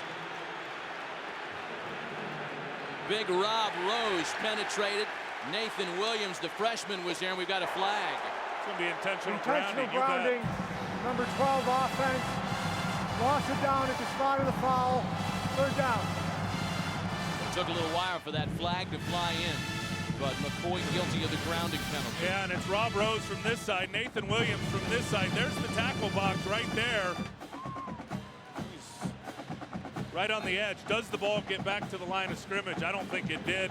That's a good call with intentional grounding, but the pressure coming right off the edges, the wide rushers, yeah, that didn't even get close to the line of scrimmage with Nathan Williams and Rob Rose.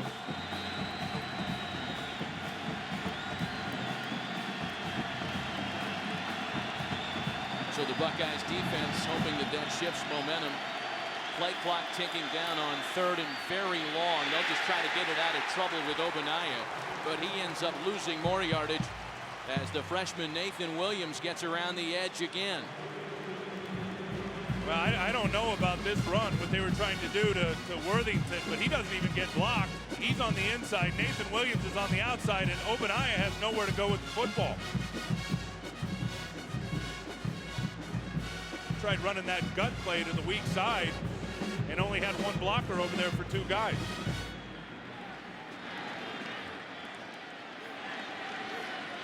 So the end of that drive, one that looked like it was in pretty good shape, loses 26 yards in 2 plays. And Ray Small fields a line drive punt. Small looking for a corner. Now he changes direction and settles in at the 47-yard line. A 13-yard return has the Buckeyes in good shape to start the drive. I'd imagine that guy's a legend back in Columbus. If not in his own mind, then someplace. Terrell Pryor begins this drive for the Buckeyes in the best starting field position that either team has enjoyed so far. Maurice Wells in the backfield with him. As that pass is dropped, Dane Sonsenbacher couldn't hang on as we check in with Chris Myers. And the 2 freshman safety for Texas, Earl Thomas and Blake Gideon, playing well tonight. Remember, the country saw those title-altering moments against Texas Tech. Gideon missing an interception opportunity towards the end. Eric Crabtree, a missed grab on him by Thomas that allowed the game-winning touchdown. They said it's part of their job to forget plays like that, but what was impressive was how their teammates reacted towards them. They said it helped them grow up. Said you always know people have your back. They showed it. And tonight, they wouldn't be the players they were until that incident and experiencing that incident. Chris thanks as Pryor keeps it, and nobody bought the fake. Henry Melton was there to jam him out of bounds, a loss of 4.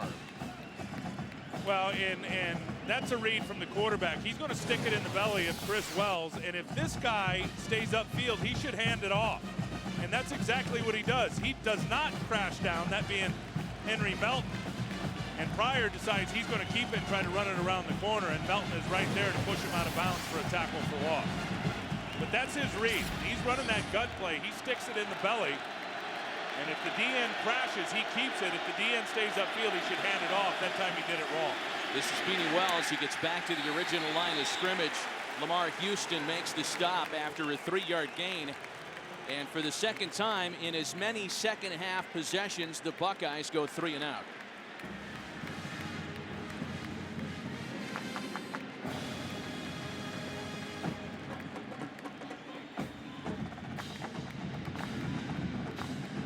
So A.J. Trapasso is on to punt.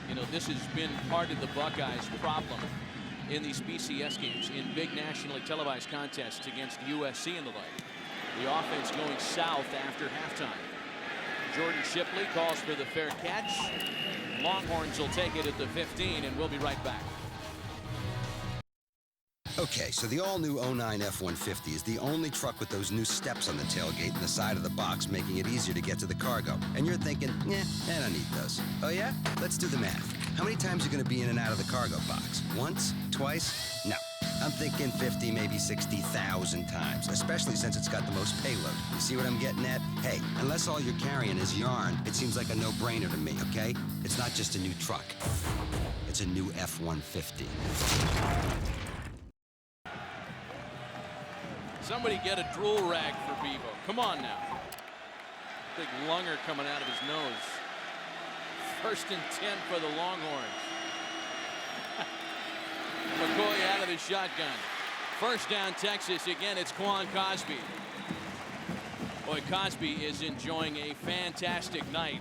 A gain of 15. Well, he and Colt McCoy are the #1 tandem in UT history when you talk about quarterback to wide receiver and all the hookups and all the completions from McCoy to Quan Cosby. Cosby turned 26 in December. He's got a family. He is on a different level of maturity in his athletic career than a lot of the players on the field. This is Obadiah now, running between the tackles and crashing forward for a gain of 8 before being stopped by Kirk Coleman and Ross Holman.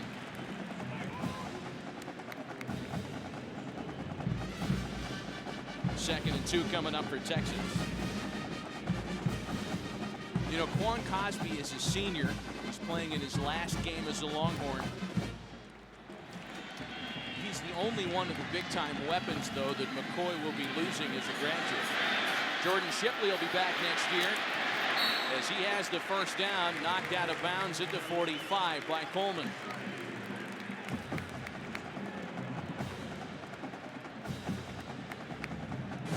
Good job of reading the blocks by Jordan Shipley. He's going to be in the inside slot, the inside guy in the slot. There's actually 2 out there, and he's going to read the block right there by Brandon Collins and then by Kirkendall. As he sees the defenders peek their head inside, try to take away the inside, he uses those blocks and just bounces it to the edge for the 1st down. Empty backfield here on 1st and 10. Shipley again left all by himself in the middle of the field. He makes a move and trips at the 35. That's the 2nd time tonight that Jordan Shipley is tripped. This time it comes after a gain of 20. And there was a break in coverage here for Ohio State. They took 2 defenders right here with the inside guy. See them both go there? Shipley left wide open for a big one against the defense. And the hurry-up offense, this time it's Fozzie Whitaker taking it inside the 30-yard line. The redshirt freshman out of Houston who was slowed earlier this season with knee injuries. And a guy offensive coordinator Greg Davis calls his best all-purpose back. Flags down. Whitaker again for the 1st down if it sticks. Well, Nathan Williams couldn't get off the field. This hurry-up offense has really stressed out Ohio State defensively. He was still in the field of play when they snapped the football.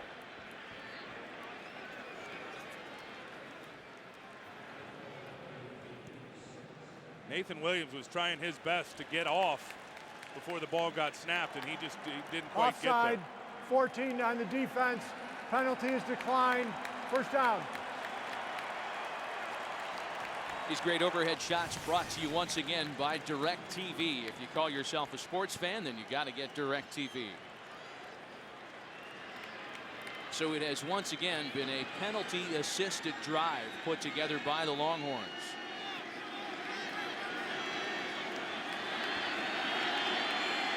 First and 10 from the Buckeyes 22.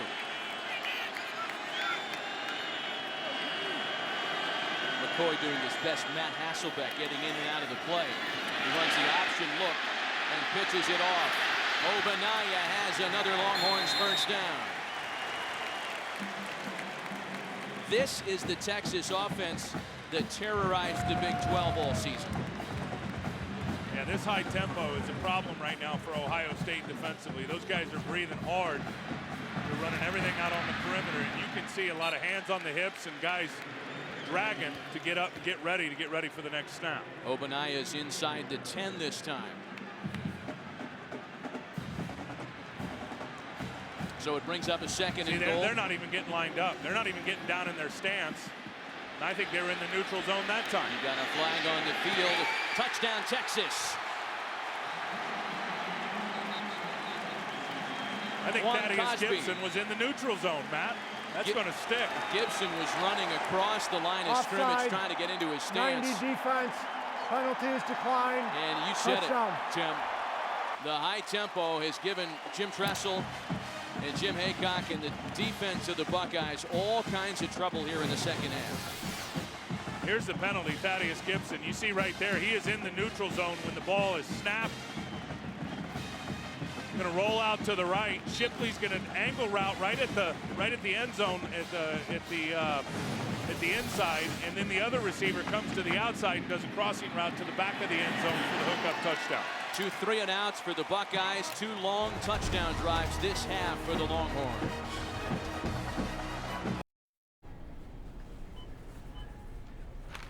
"13 ingredients? That's more people than I invited to the party. Unless Denise brings Gary. Ugh, Gary with his short shorts. White corn, vegetable oil, and salt. Yeah, 3 ingredients is good."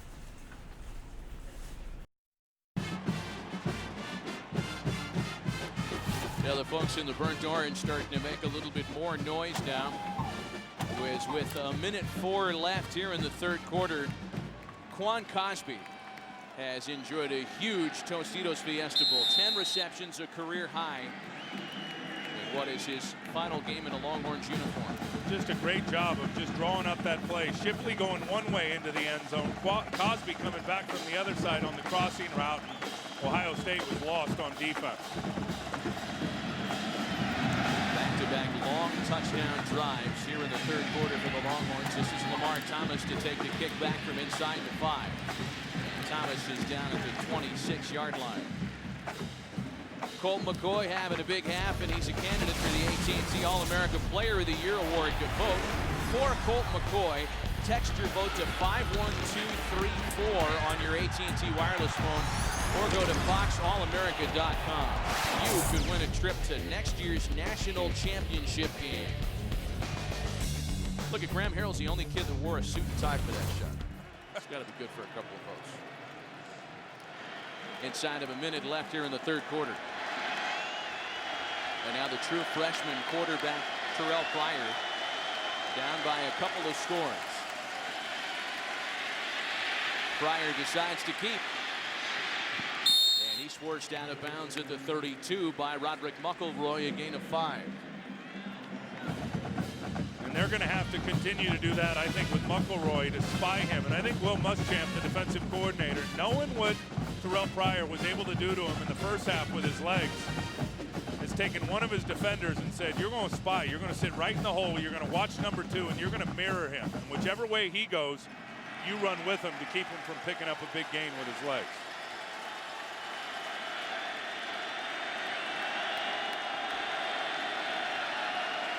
On 2nd and 5, Pryor to throw. Here comes the pass rush, and down goes Pryor.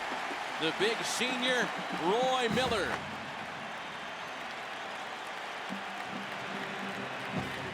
The second time tonight that the Longhorns have gotten to Pryor. What a great get off by Roy Miller. They turned the protection one way, and they turned away from him, and Jimmy Cordell, the left guard, just had no chance. By the time Jim Cordell got out of his stance and tried to turn on Roy Miller, Miller was already by him and accelerating to the quarterback for the sack. We're going to the fourth quarter. At the end of 3, 17-6 Texas. Will return after this break and a word from your local Fox station. It's a 3rd and long for the Buckeyes. It'll open the fourth quarter. They've got both quarterbacks on the field. Terrell Pryor split wide at the bottom of your screen. Todd Beckman out of the shotgun. He feels the heat and throws the deep ball. Robisky lays out and makes the grab.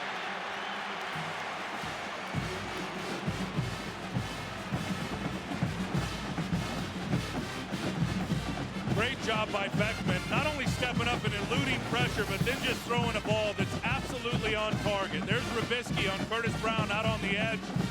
He's going to have the other safety now that's going to peel and try to get off of him, and then watch Robisky just lay out for that football and come down with it. That is a huge play for Ohio State, who have really been limited in the third quarter here in terms of picking up yards offensively. That was a terrific throw from Beckman. And Beckman stays at quarterback. Pryor at the top of your screen. The pass goes in the other direction. Incomplete for Sansenbacher. Well, the son of the Atlanta Falcons wide receiver coach doing it just like Dad taught him.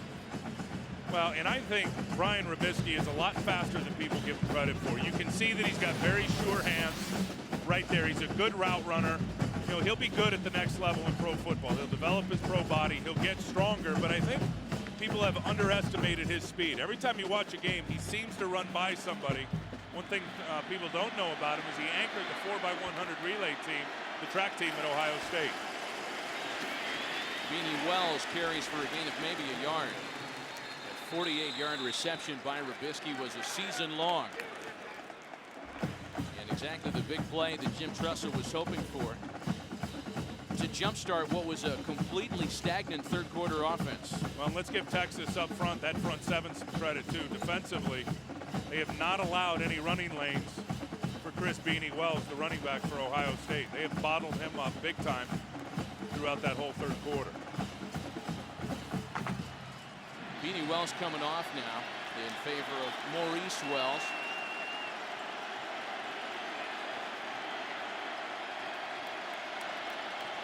Another big third down here. Pryor keeps it and throws, almost intercepted. You know, Earl Thomas is pleased with himself for knocking that one away, but that's a ball that should have been picked. Terrell Pryor makes a nifty move to get out of the way of the defenders. He could have taken off and run that for 10 yards. Instead, he tried to force it into Robisky, who was well covered and just didn't put enough air under the football. I mean, he came up about 3 yards short on that throw. That was one certainly that Earl Thomas should have picked off. You know, credit Robisky for preventing Thomas for picking that off. He grabbed the arm and wrestled it free of the football. This will be a 43-yard attempt for Petrie. Boy, that would have been good from 53 yards away. Points for the Buckeyes.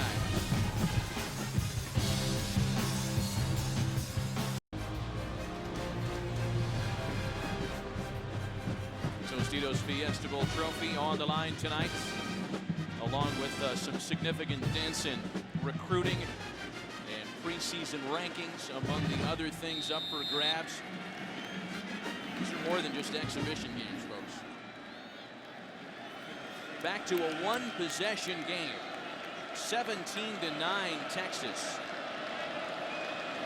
A couple of third quarter Longhorn touchdowns. Field goal moments ago by the Buckeyes, make it the one-possession affair. Jordan Shipley now is across the 20 and down at the 21-yard line. Well, this game was marked by its defense in the first half, Tim. A 6-3 lead for Ohio State at intermission, but a couple of long touchdown drives by the Longhorns reminded folks in Austin about how good their offense Well, is. Colt McCoy, I think, finally came out in the second half and started making a few plays with his legs. I think Mac Brown figured his team came out flat, didn't play well. They got in at half. They kind of regrouped, and he came out and made a few big plays with his legs. Also had a couple of drives that were extended by some penalties from Ohio State. And then on the other side of the ball, Ohio State, very simply, they just had not been able to run the football in the second half of this game. 1st and 10 for McCoy. Again, out of the empty backfield set, he takes off. And gains 3 on the ground. Laurinaitis makes the stop. Funny how these careers come full circle. We talked earlier about how Colt McCoy threw his first ever interception to James Laurinaitis. It was a coming out party for Laurinaitis, who enjoyed a big day. For Colt McCoy, made his just his second start that afternoon. The big things were ahead. 2nd and 7 now. Here comes Laurinaitis and they pitch it out. Obanaya gets it up to the 30. He'll be a yard shy of the first down before Marcus Freeman knocks him out of bounds. Well, for more on Chris Obanaya, let's check in with Laura Oakman. Matt, ask any Longhorn, they will all say that Chris Obanaya is the team's emotional leader, and boy, he's gone through a lot in his 22 years. Buried an older brother 6 years ago, then when Chris was 15, 6 weeks later, playing basketball with his younger brother when he collapsed from a heart defect. I'll tell you more after this play. Shipley's across the 35 and out of bounds at the 40 for the first down. Chris, who had no formal training in CPR, tried to save his little brother, but to no avail. Chris told me he suffered from severe depression for 3 years after that, just with the guilt. He couldn't save his brother. He said the one thing that saved him, Texas football. He said this team has been everything to him. They love him, his heart, his humor, his passion. Chris said all of that is to honor his brothers. Lauren, thanks. And a big part of the Longhorns offense tonight and all year. That one complete over the middle to Brandon Collins. Another Texas first down. And another great blitz pickup by Colt McCoy. Identifying the blitz, was coming up in his face. Real good side adjust from Brandon Collins. Laurinaitis was coming on a blitz from the left side of the offense, right side of the defense. Brandon Collins read it, so did the quarterback, ran a slant route for a first down. They got these guys completely off balance right now. Fozzie Whitaker tackled just short of the first down marker. They're checking out Donald Washington, who injured himself earlier in the game. This hurry-up offense has been a major problem in the second half. Ohio State can't even get lined up and get their hand down in the dirt up front. And Whitaker's got the first down here. I mean, that's a short yardage play right there. They get to the line of scrimmage, hurry up and snap it, and two of the defensive linemen were still trying to find their alignment along the front, standing straight up. Easy to pick up the first down, short yardage that way. Again, the defense scrambling. McCoy runs the play fake. Gets away from Nader. Abdallah still going and really pays the price. Ball's out. Ball came out. It's Texas football as it trickled out of bounds, and McCoy is very fortunate that no Buckeye was able to bounce on it. Colt McCoy got smoked at the end of this play. He sure did. He's going to come all the way back reverse field and then watch.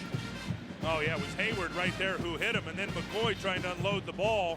Worthington hits him right there, and then Malcolm Jenkins comes up and delivers the final hit on Colt McCoy, and that ball went out of bounds. After all that, a loss made 2nd and 18 now for the Horns.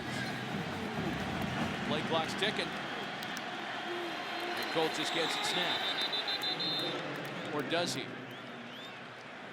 Now the Longhorns are going to spend a timeout. Timeout, Texas. First timeout of the half. Their first of the half.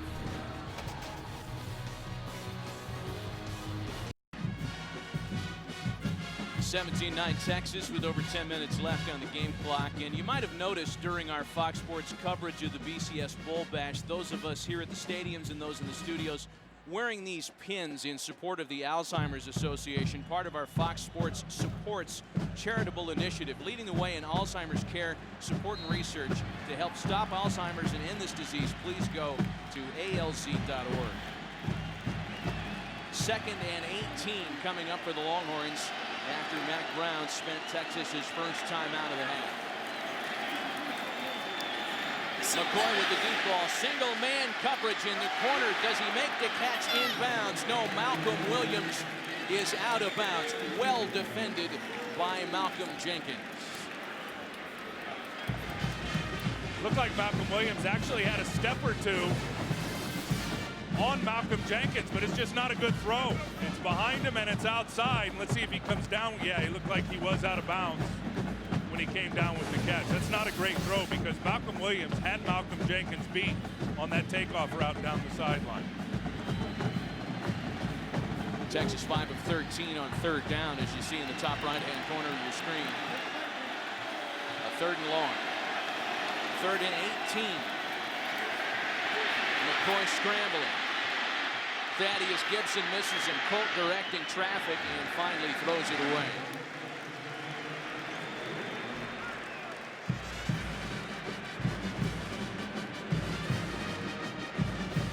So on this occasion, it's the Buckeyes defense that bends without breaking. Yeah, that's a big stop. And I'll tell you where Ohio State has had their most success at rushing the passer today is when Colt McCoy just takes a traditional 5 or 7 step drop back and where his launch point's going to be behind the line of scrimmage.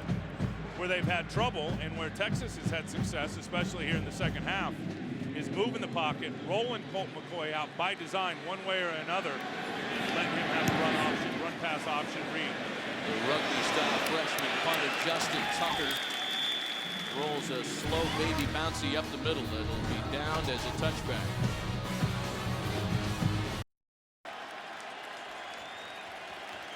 Buckeyes down 8 with just over 10 minutes left in the game, and they start this drive without Beanie Wells on the field. 1st and 10 from the 20. Pryor gets out of trouble and throws for Robisky. Robisky makes another wonderfully acrobatic catch for a 1st down. How did he hang on to that football? A game of 16. What a great play by Brian Robisky. Never giving up on it. You're going to see him here. He's going to get behind the corner, excuse me. He runs the corner off, and then now it's just the scramble drill. He realizes his quarterback's in trouble. That ball was errantly thrown because Roy Miller got a hit on Terrell Pryor right when he released it. Nice job by Robisky. The ruling on the prior play is under review. Yeah. They are going to take a look at this upstairs.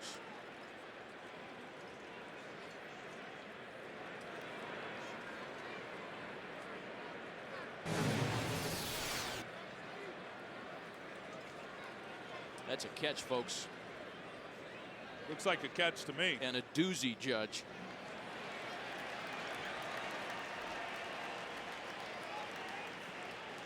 Brian Robisky with 94 receiving yards in this Tostitos Fiesta Bowl. After review, the ruling on the field is confirmed. The receiver had possession of the ball. Completed pass. Quickest review in the history of college football. 1st down Buckeyes. You know, Brian Robisky's receiving numbers in 2008, less than half of what they were last year because it's an entirely different offense this season. Well, once Terrell Pryor got in the lineup for Beckman, the 4th game of the year, really started at USC in the 3rd game. It all changed in terms of the reception opportunities for those wide receivers. Option look, Pryor keeps it again. No Beanie Wells on the field. They didn't need him on this play call. Into Longhorn territory, 1st down Buckeyes. And speaking of no Beanie, let's check in with Laura Oakman. You guys are definitely not the only ones wondering where he is. Every teammate keeps walking up to him as he's sitting here on the bench going, what's wrong? Are you coming in? Just talked to Ohio State's trainer. Right now he is out. He took a shot to the head, said they are watching him, they are monitoring him, and pretty much series to series making a call on if he's ready to go back in or not. Lauren, thanks. Just 4 carries for 10 yards this half as compared to the 96-yard opening half for him. So it's Boom Herron in the backfield.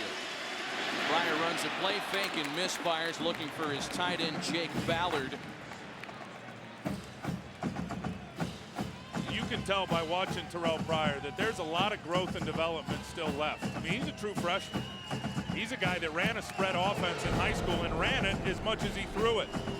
So when you talk about the passing game and really becoming a legitimate throwing quarterback, they're going to take a lot of work this offseason working on his footwork, his development, his delivery, where he can really become a legitimate throwing quarterback. Let's face it, he's less than a year removed from arriving in Columbus as a top quarterback prospect in the country as a freshman. Keeps this one and has another big gainer.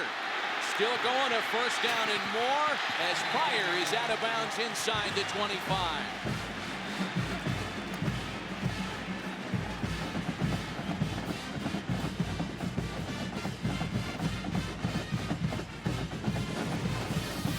Well, he's just going to make the read. The DN's going to get stuck upfield. They're going to wall off Lamar Houston, the defensive tackle.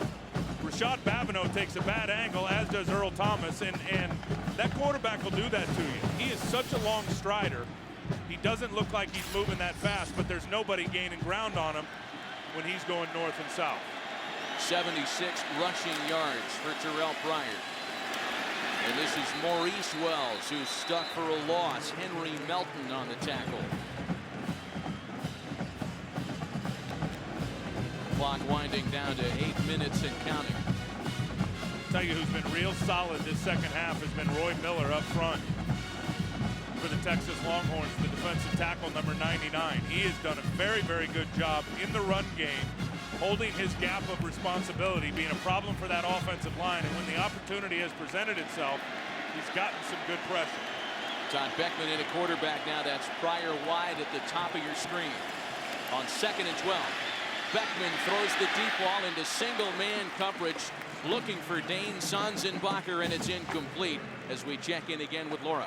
Buckeyes, and no one is happier to be on the field right now than Todd Beckman. He told me this year has been the most difficult of his life, being a senior captain, losing his job, but you would never know it. He was and still is the leader of this team. He is a guy that every player goes to when they're upset, no matter what's going on with Todd. He told me his attitude was shaped the week he was benched and Terrell Pryor came to him for advice. He said, I didn't want to give it, but I knew I had to. He said he has learned the definition of the C on his chest. It is not about me, it is about this team. Well, Lauren, thanks, and it's Terrell Pryor back at quarterback now. That last pass was intended for Brian Hartline. Pryor's hit as he throws, and it comes up short for Robisky with a flag on the play.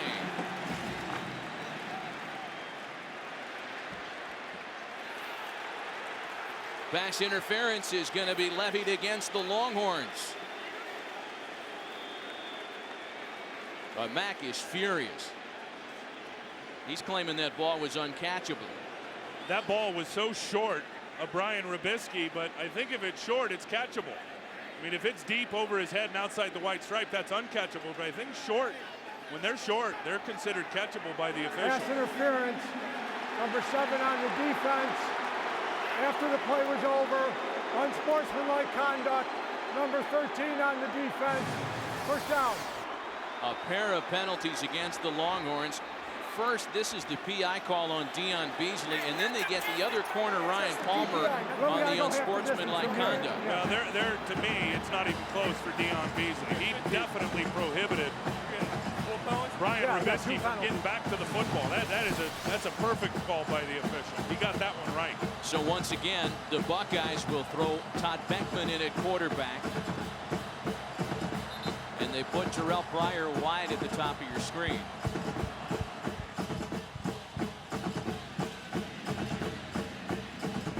A pair of costly penalties on the same play committed by the Longhorns.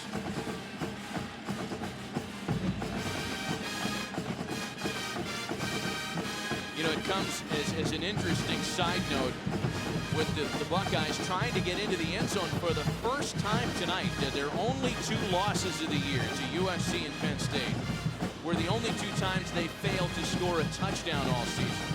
When are they going to throw a fade route to Terrell Pryor out there on the edge when Beckman's a quarterback? They've had it in our minds certainly for the entire game.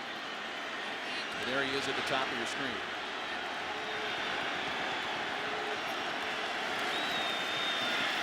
There's the fade route. And there's the touchdown. Nice call, Karnak. A pair of quarterbacks hooking up on a 5-yard touchdown toss. Beckman to Pryor, and now the question becomes, do the Buckeyes line up for 2?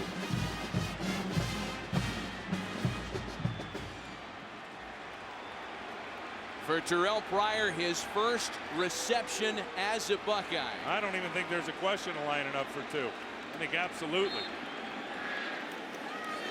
And that's absolutely the right call. I mean, man coverage out there on Terrell Pryor, who's every bit of 6'6". Believe me, we talked to him the other day. He is a legitimate 6'6", has a big advantage on the corner. That was a jump ball. Beckman threw it up for grabs. Pryor came down with it for the touchdown. You saw the note. This is the Buckeyes' first 2-point conversion attempt this year. Incomplete, intended for Robisky, and that one was well short. It's a 2-point game in the desert.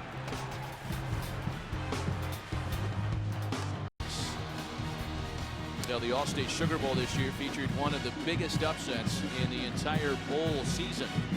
And Terrell Pryor and the Buckeyes are hoping that it wasn't the last. They have crept back to within 2 of Texas. 17-15 Longhorns with 7:26 remaining here in the 4th. Aaron Petrie is on to kick it away. Cosby and Shipley deep for Texas. Jordan Shipley from the goal line. And Shipley is tackled shy of the 20. Time for tonight's Dodge game summary. Colt McCoy with 334 total yards, 2 touchdowns. He danced for one of them. Terrell Pryor, on the other hand, with 77 rushing yards And a TD reception, his first reception as a Buckeye.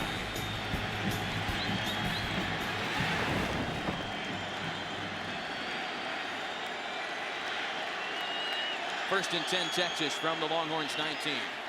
Oh, and the quick pass is almost picked off.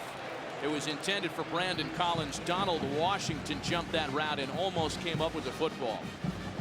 I don't think Jordan Shipley or Brandon Collins, either one of them thought it was to them. They thought it was to the other guy.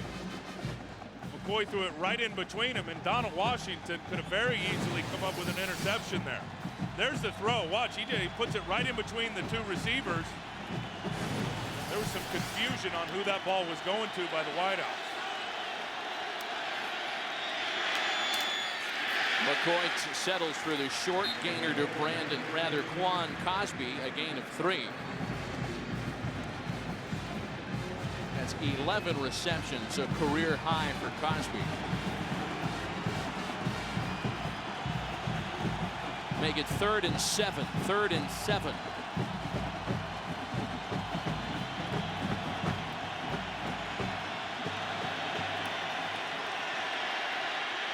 McCoy has time.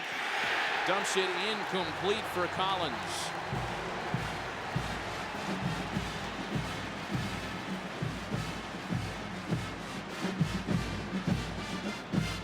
Really good job by Ross Holman, the linebacker. Here he is, 51. Watch him pick up the crossing route.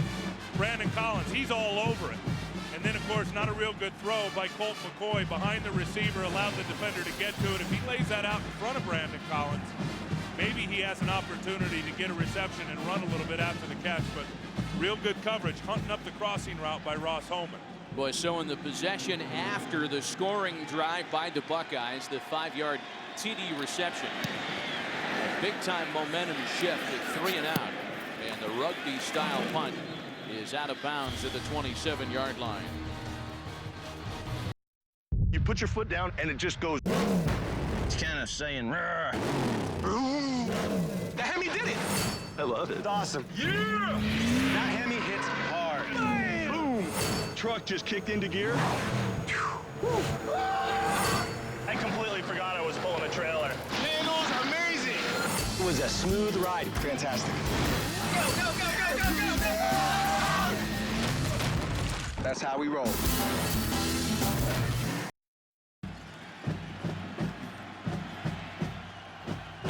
Buckeyes begin the drive from their own 27.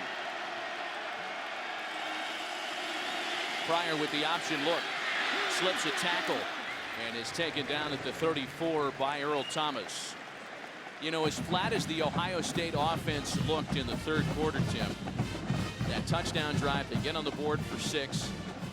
Fans in Columbus are aware of how good their scoring offense has been in the 4th quarter, outscoring opponents nearly 3-1.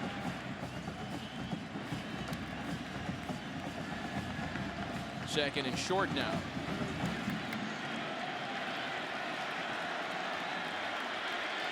It's Boom Herron in the backfield with Pryor out of the shotgun. And he hands it to Herron, who has the first down.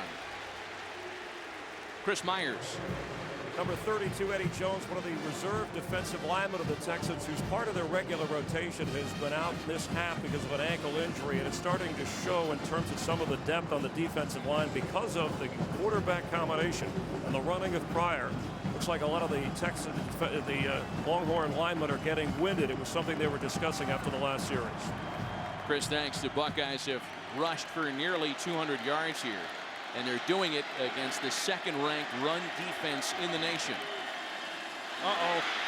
Miscommunication. Ball's out. Pryor and Herron got tangled up in the backfield, and the Buckeyes are very fortunate that Herron was able to recover.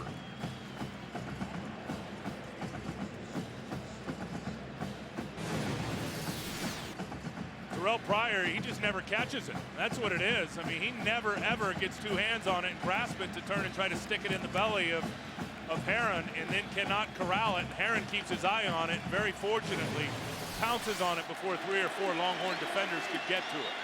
Todd Beckman back in at quarterback. So that splits Pryor again wide at the top of your screen. 2nd and 17. Beckman throws pass over the middle. It's caught by the tight end, Jake Ballard, for a first down. Jake Ballard made a fantastic shoe-top grab. Only 4 receptions all year, but he has played a role tonight. Shallow crossing route. Roderick McElroy is trying to cover him in man coverage. And look at him reach down and fingertip that ball down around the level of his knees. What an outstanding catch by Ballard. A 21-yard gain as the Buckeyes are into Texas territory. Again, no Beanie Wells on the field for Ohio State. It's Maurice Wells with Pryor. Out of the shotgun, dancing, looking for a crease. And he runs out of bounds. I'm telling you, if Pryor's playing quarterback, if I'm Texas on defense, I'm playing the run almost every time. It doesn't even look like he's trying to throw the football anymore. A couple times on the last drive, he dropped back and threw it, but for the most part here down the stretch for the last 10 minutes or so when they're on offense, he's getting it, looking for an opening along the front and then just trying to exploit it and run with his legs. 2nd and 9. Beckman back in at QB. It's an empty backfield. Pryor at the bottom of your screen this time. Pass goes the other way for Rubisky, who breaks a tackle and is down the sideline out of bounds at the 25. First down, Buckeyes.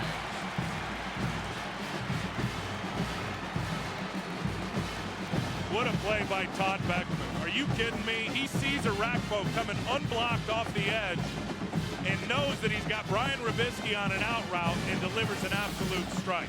Look at the hit. I mean, he knows he's going to get blasted and still delivers a perfect pass to Rubisky, who then runs away from the defender for a big pickup. I love the fact Todd Beckman's out there having an impact on this football game. Great spot for the senior quarterback. This is Pryor this time, as he hands it off to Boom Herron, and Herron is down at the 15. Earl Thomas saved the touchdown by grabbing a piece of the jersey. Well, they caught a run stunt here by Texas, trying to stunt down inside. And then Jared Norton gets picked up by the pulling guard, and then Earl Thomas is the only guy left between Boom Herron in the end zone and is able to get a touchdown-saving tackle right there. But what a huge hole created by that offensive line, just taking a slanting defense and pushing them the way they were slanting. Third trip to the red zone for the Buckeyes. The previous 2 have resulted in a field goal and a touchdown. And again, it's Herron. Same corner, touchdown, Buckeyes! Oh, that came way too easy. A 15-yard touchdown run. And the Buckeyes go back out on top.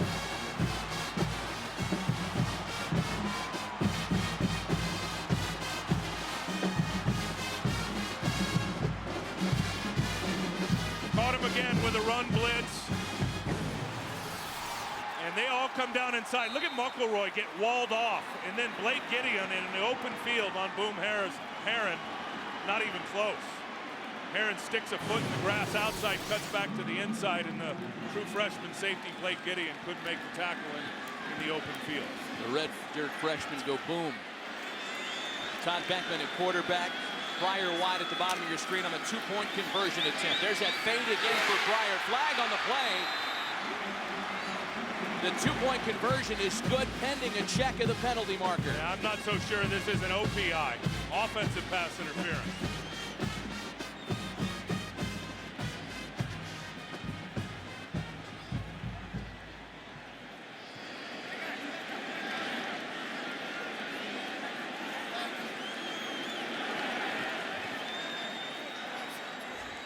Pass interference, number 2 on the offense.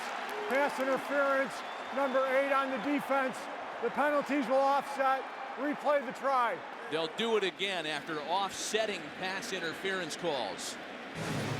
Trying to work that fade route to Terrell Pryor. This time Shockey Brown on him. Contact, contact, contact. As that ball was in the air.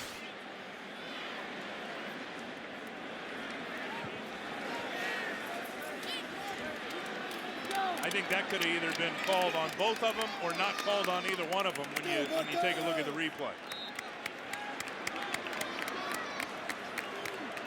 Well, Jim Tressel wants this at a 6-point differential. A huge difference trying to prevent against a touchdown drive without a PAT beating it. Pryor keeps it, throws over the middle, and the 2-point conversion is no good.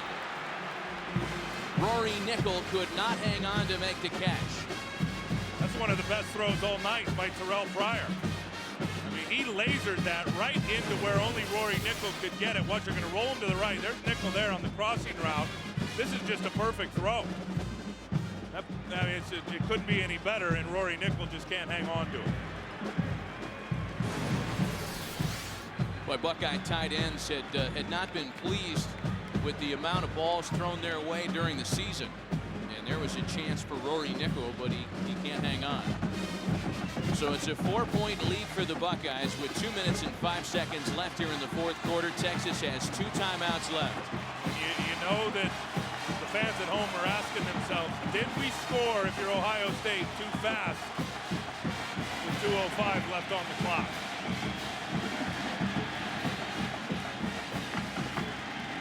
Well, the BCS ramifications for a Buckeye upset here are staggering. Fans of the Utah Utes watching with keen interest.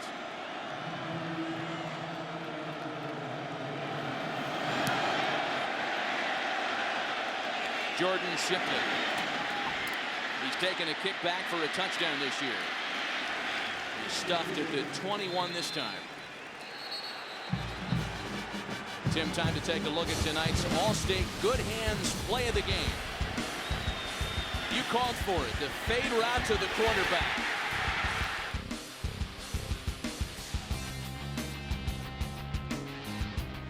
That was textbook pitch and catch for a Buckeyes touchdown.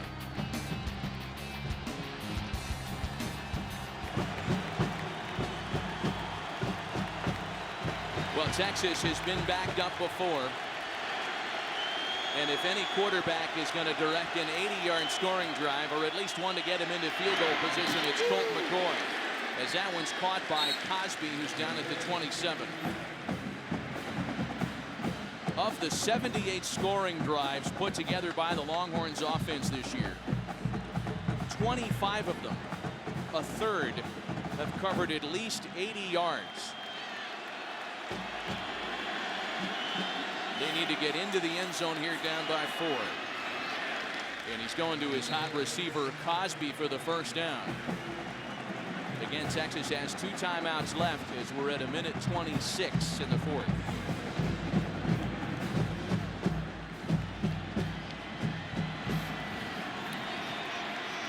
Here comes Gibson over the middle. And it's nearly intercepted. Anderson Russell had the better position than Cosby on that ball. Well, you couldn't throw it much better if you're Colt McCoy. It's a deep in route like Quan Cosby, but watch, it's going to come into this part of your screen back here. Watch Anderson Russell come over the top and try to get to that football. Good defense by the safety playing back deep.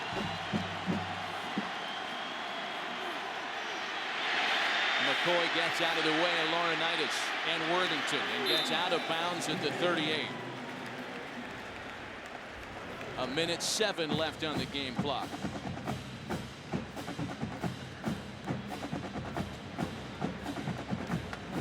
Tell you, for an offense that all year has really exploited people with the big play, the 25-yard, the 30-yard, the 40-yard play, this Ohio State defense has given very few of those big plays throughout this football game. They got to feel good about it right now with a minute to go. They leave it back with McCoy. This will be a free play as he has it complete out to Brandon Collins. Collins is down across midfield, a 13-yard gain.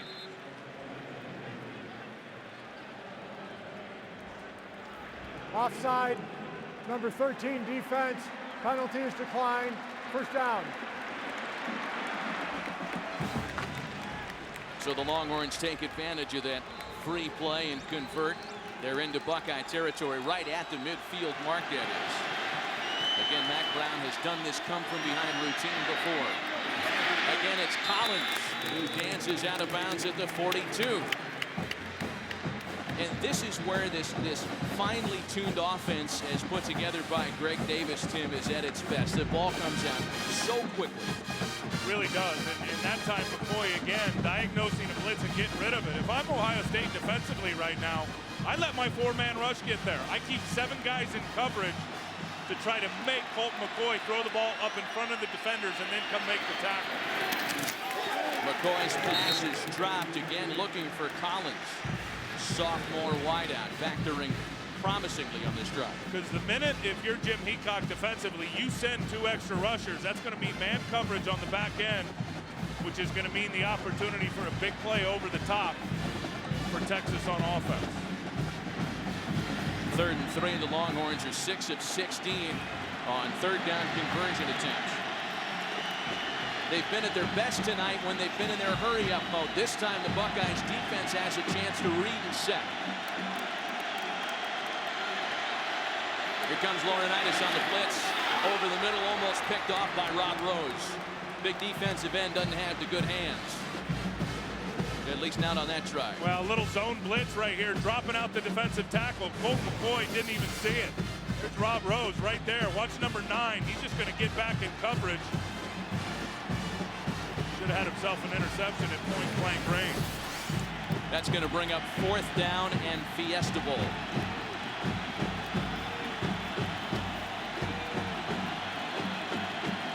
Here's your football game.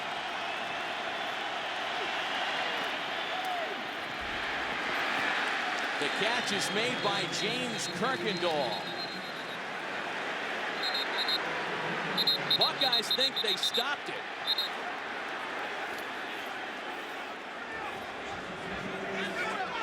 They're going to drag the chains out onto the field here.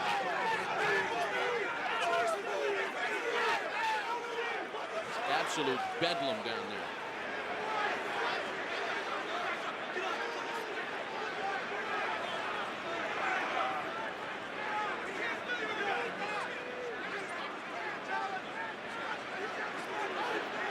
It looked like Jim Tressel and his staff were displeased with the spot, to put it mildly.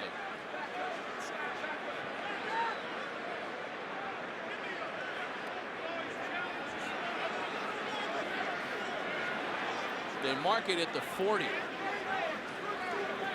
That is right where they needed to be.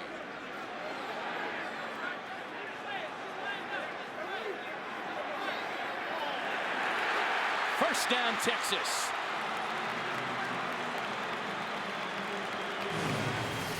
The Longhorns have life. And you can see there he was already by the 40-yard line. Yeah, forward to me. Forward progress was right there at the 40. That's a good spot by the referee. Good job by Dennis Hennigan and his Big East crew. A posterity look at the replay confirms their spot. 38 seconds left. And now they're going to review this upstairs. Is being challenged. No, this is a challenge being called for by the Buckeyes. And for those unfamiliar, in the college game, each side has a challenge. Yeah, every play is reviewed by the booth, but each coach on the sideline does have one opportunity to make his own challenge. Really, for a play exactly like this. You keep it in your pocket until you need it. Let's just watch the first down sticks. To me, it looks like ball forward progress past the 40 right there. And then where he goes down is behind the 40.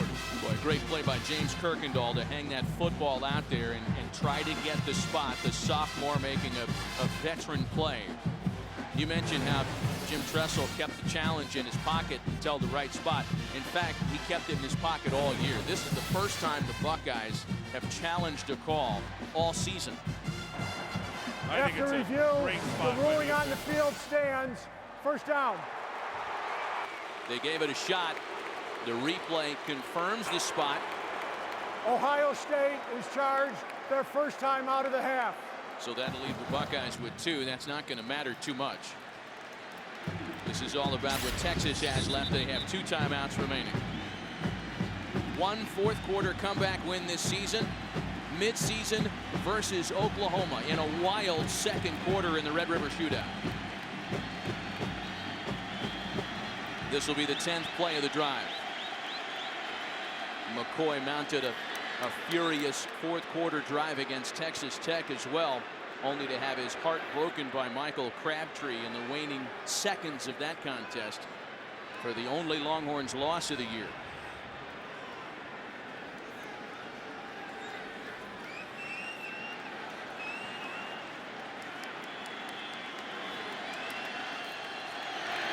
From the Ohio State 40, 1st and 10, 38 seconds left. Got to find Quan Cosby. McCoy for Collins and another first down.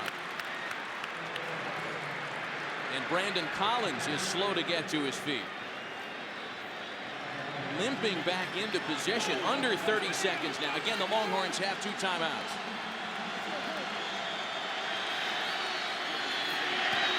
Over the middle, all alone, touchdown, Texas! And what a way for Quan Cosby to end his Longhorns career.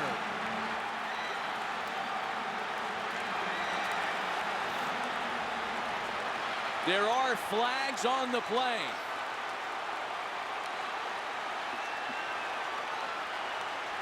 What a read from Colt McCoy and his #1 receiver, Quan Cosby. I told you they had to find him. He's had the biggest game out of all the wideouts today. And he caught Ohio State with their linebackers mugged up at the line of scrimmage. Cosby sees it, McCoy sees it. He runs a slant route in front of the safety, out leverages him, and then there's nobody to tackle him with the linebackers up close to the line of scrimmage. Unsportsmanlike conduct. #7 on the offense. Excessive demonstration. Penalty will be enforced on the kickoff. All that means is that Texas leads 23-21 with 16 seconds left. And Buckeye BCS hearts perhaps about to be broken once again.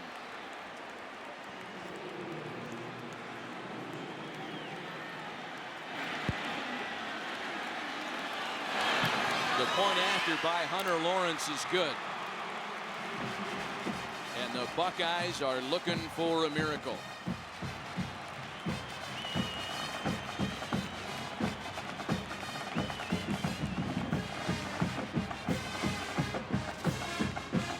Fantastic overhead pictures are brought to you by DirecTV. If you call yourself a sports fan, you got to get DirecTV. Matt, look at the linebackers. They're all uptight. There's the route right inside of the safety, Anderson, Russell, and then there's nobody behind them. And that's exactly what I talked about earlier. Keep everybody back in shell coverage to make sure and keep it all up in front of you. And to be able to rally up and make the tackle, they took a chance there by showing blitz with the linebackers all mugged up at the line of scrimmage. They run an in route on the safety. Just an outstanding hookup from quarterback to receiver for the touchdown. 1:49 seconds, 11 plays, 79 yards for Colt McCoy. A career high now, 413 passing yards. And what a night for Quan Cosby. A career high 14 catches, 172 receiving yards. The 14 receptions ranks him very close to the top of the all-time Tostitos Fiesta Bowl receiving yardage list. And to me, he's got to be the offensive player for the Texas football team. As good as the numbers are for Colt McCoy, and you mentioned him, over 400 yards. I mean, that's the biggest play of the season right there, that touchdown by Quan Cosby. And when they needed him most, he got himself into the end zone. Still rocking the mullet in Austin.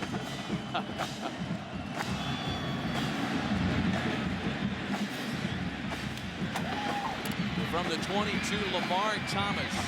He is across the 40. 11 seconds and 2 timeouts for the Buckeyes. And what a night it's been for the graduating wideout, Quan Cosby. 14 receptions, 172 receiving yards, and 2 touchdowns.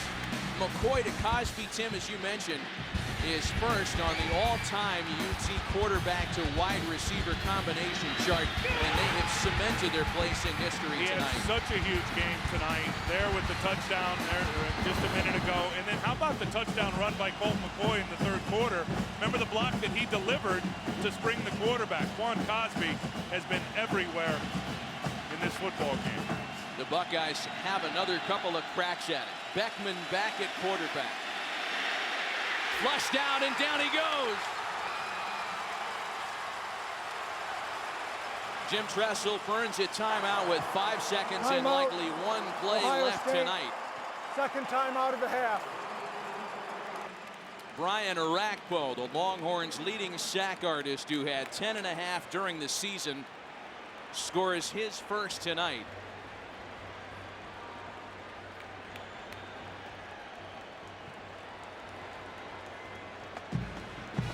What a wild second half. Just to bring you up to speed, for those that might be joining us late, 6-3 after one half of football.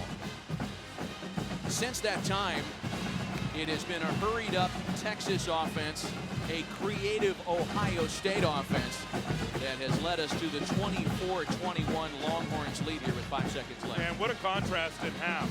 Both for, you mentioned Texas and what they did in terms of exposing that firepower offensively and getting that out there against that Ohio State defense. But Chris Beanie Wells, the first half that he was able to have for Ohio State at 14 carries or 12 carries, up to 96 yards, got hurt in the second half and has not had an impact. Hail Mary. Robisky's in the neighborhood. That falls incomplete, and the Texas Longhorns are Tostitos Fiesta Bowl champions.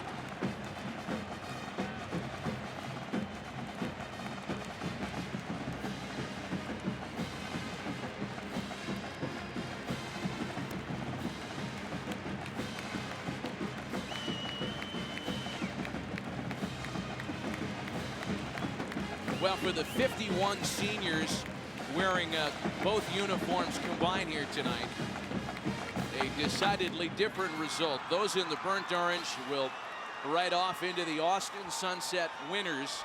And for the 28 Ohio State seniors moving on, guys like James Laurinaitis, a frustrating loss here in the desert. Let's go down to the field now with Laura Oakman. Well, I just literally grabbed Quan Cosby over here, and all he said to me was that awesome or what? So I'm going to make you elaborate on that. What'd you think of this game, Quan? Oh, man, first and foremost, I have to give glory to God, because if it wasn't from him, I wouldn't be here, and we wouldn't have had a game like this. But, man, this is this team all year, man. We had things to prove. People count us out, but we never give up, and we never quit. Colt, one of the best. Our O-line, everybody, man. Our defense, it was just a great game. All right, I know that there are a lot of people who said that you didn't belong here, let alone on January 8th. So what do you have to say to those AP voters who are looking at you right now, Quan? Hey, man, this has been us all year, man. Now we're the only game tonight. We played a very, very good Ohio State team, top 10 defense, and again, we showed up again and proved everyone wrong. All right, you want to do a hook 'em horn, anything? Last definitely. words, Hook 'em horn. Hey, Mark, Texas, baby, all my family, God bless. Congratulations, great game. Matt, Tim, back to you. All right, Laura, thanks. When we come back from a break, Chris Rose and the guys in the studio, and we'll have more from the field here in Glendale, Arizona. The Longhorns, Tostitos Fiesta Bowl winners.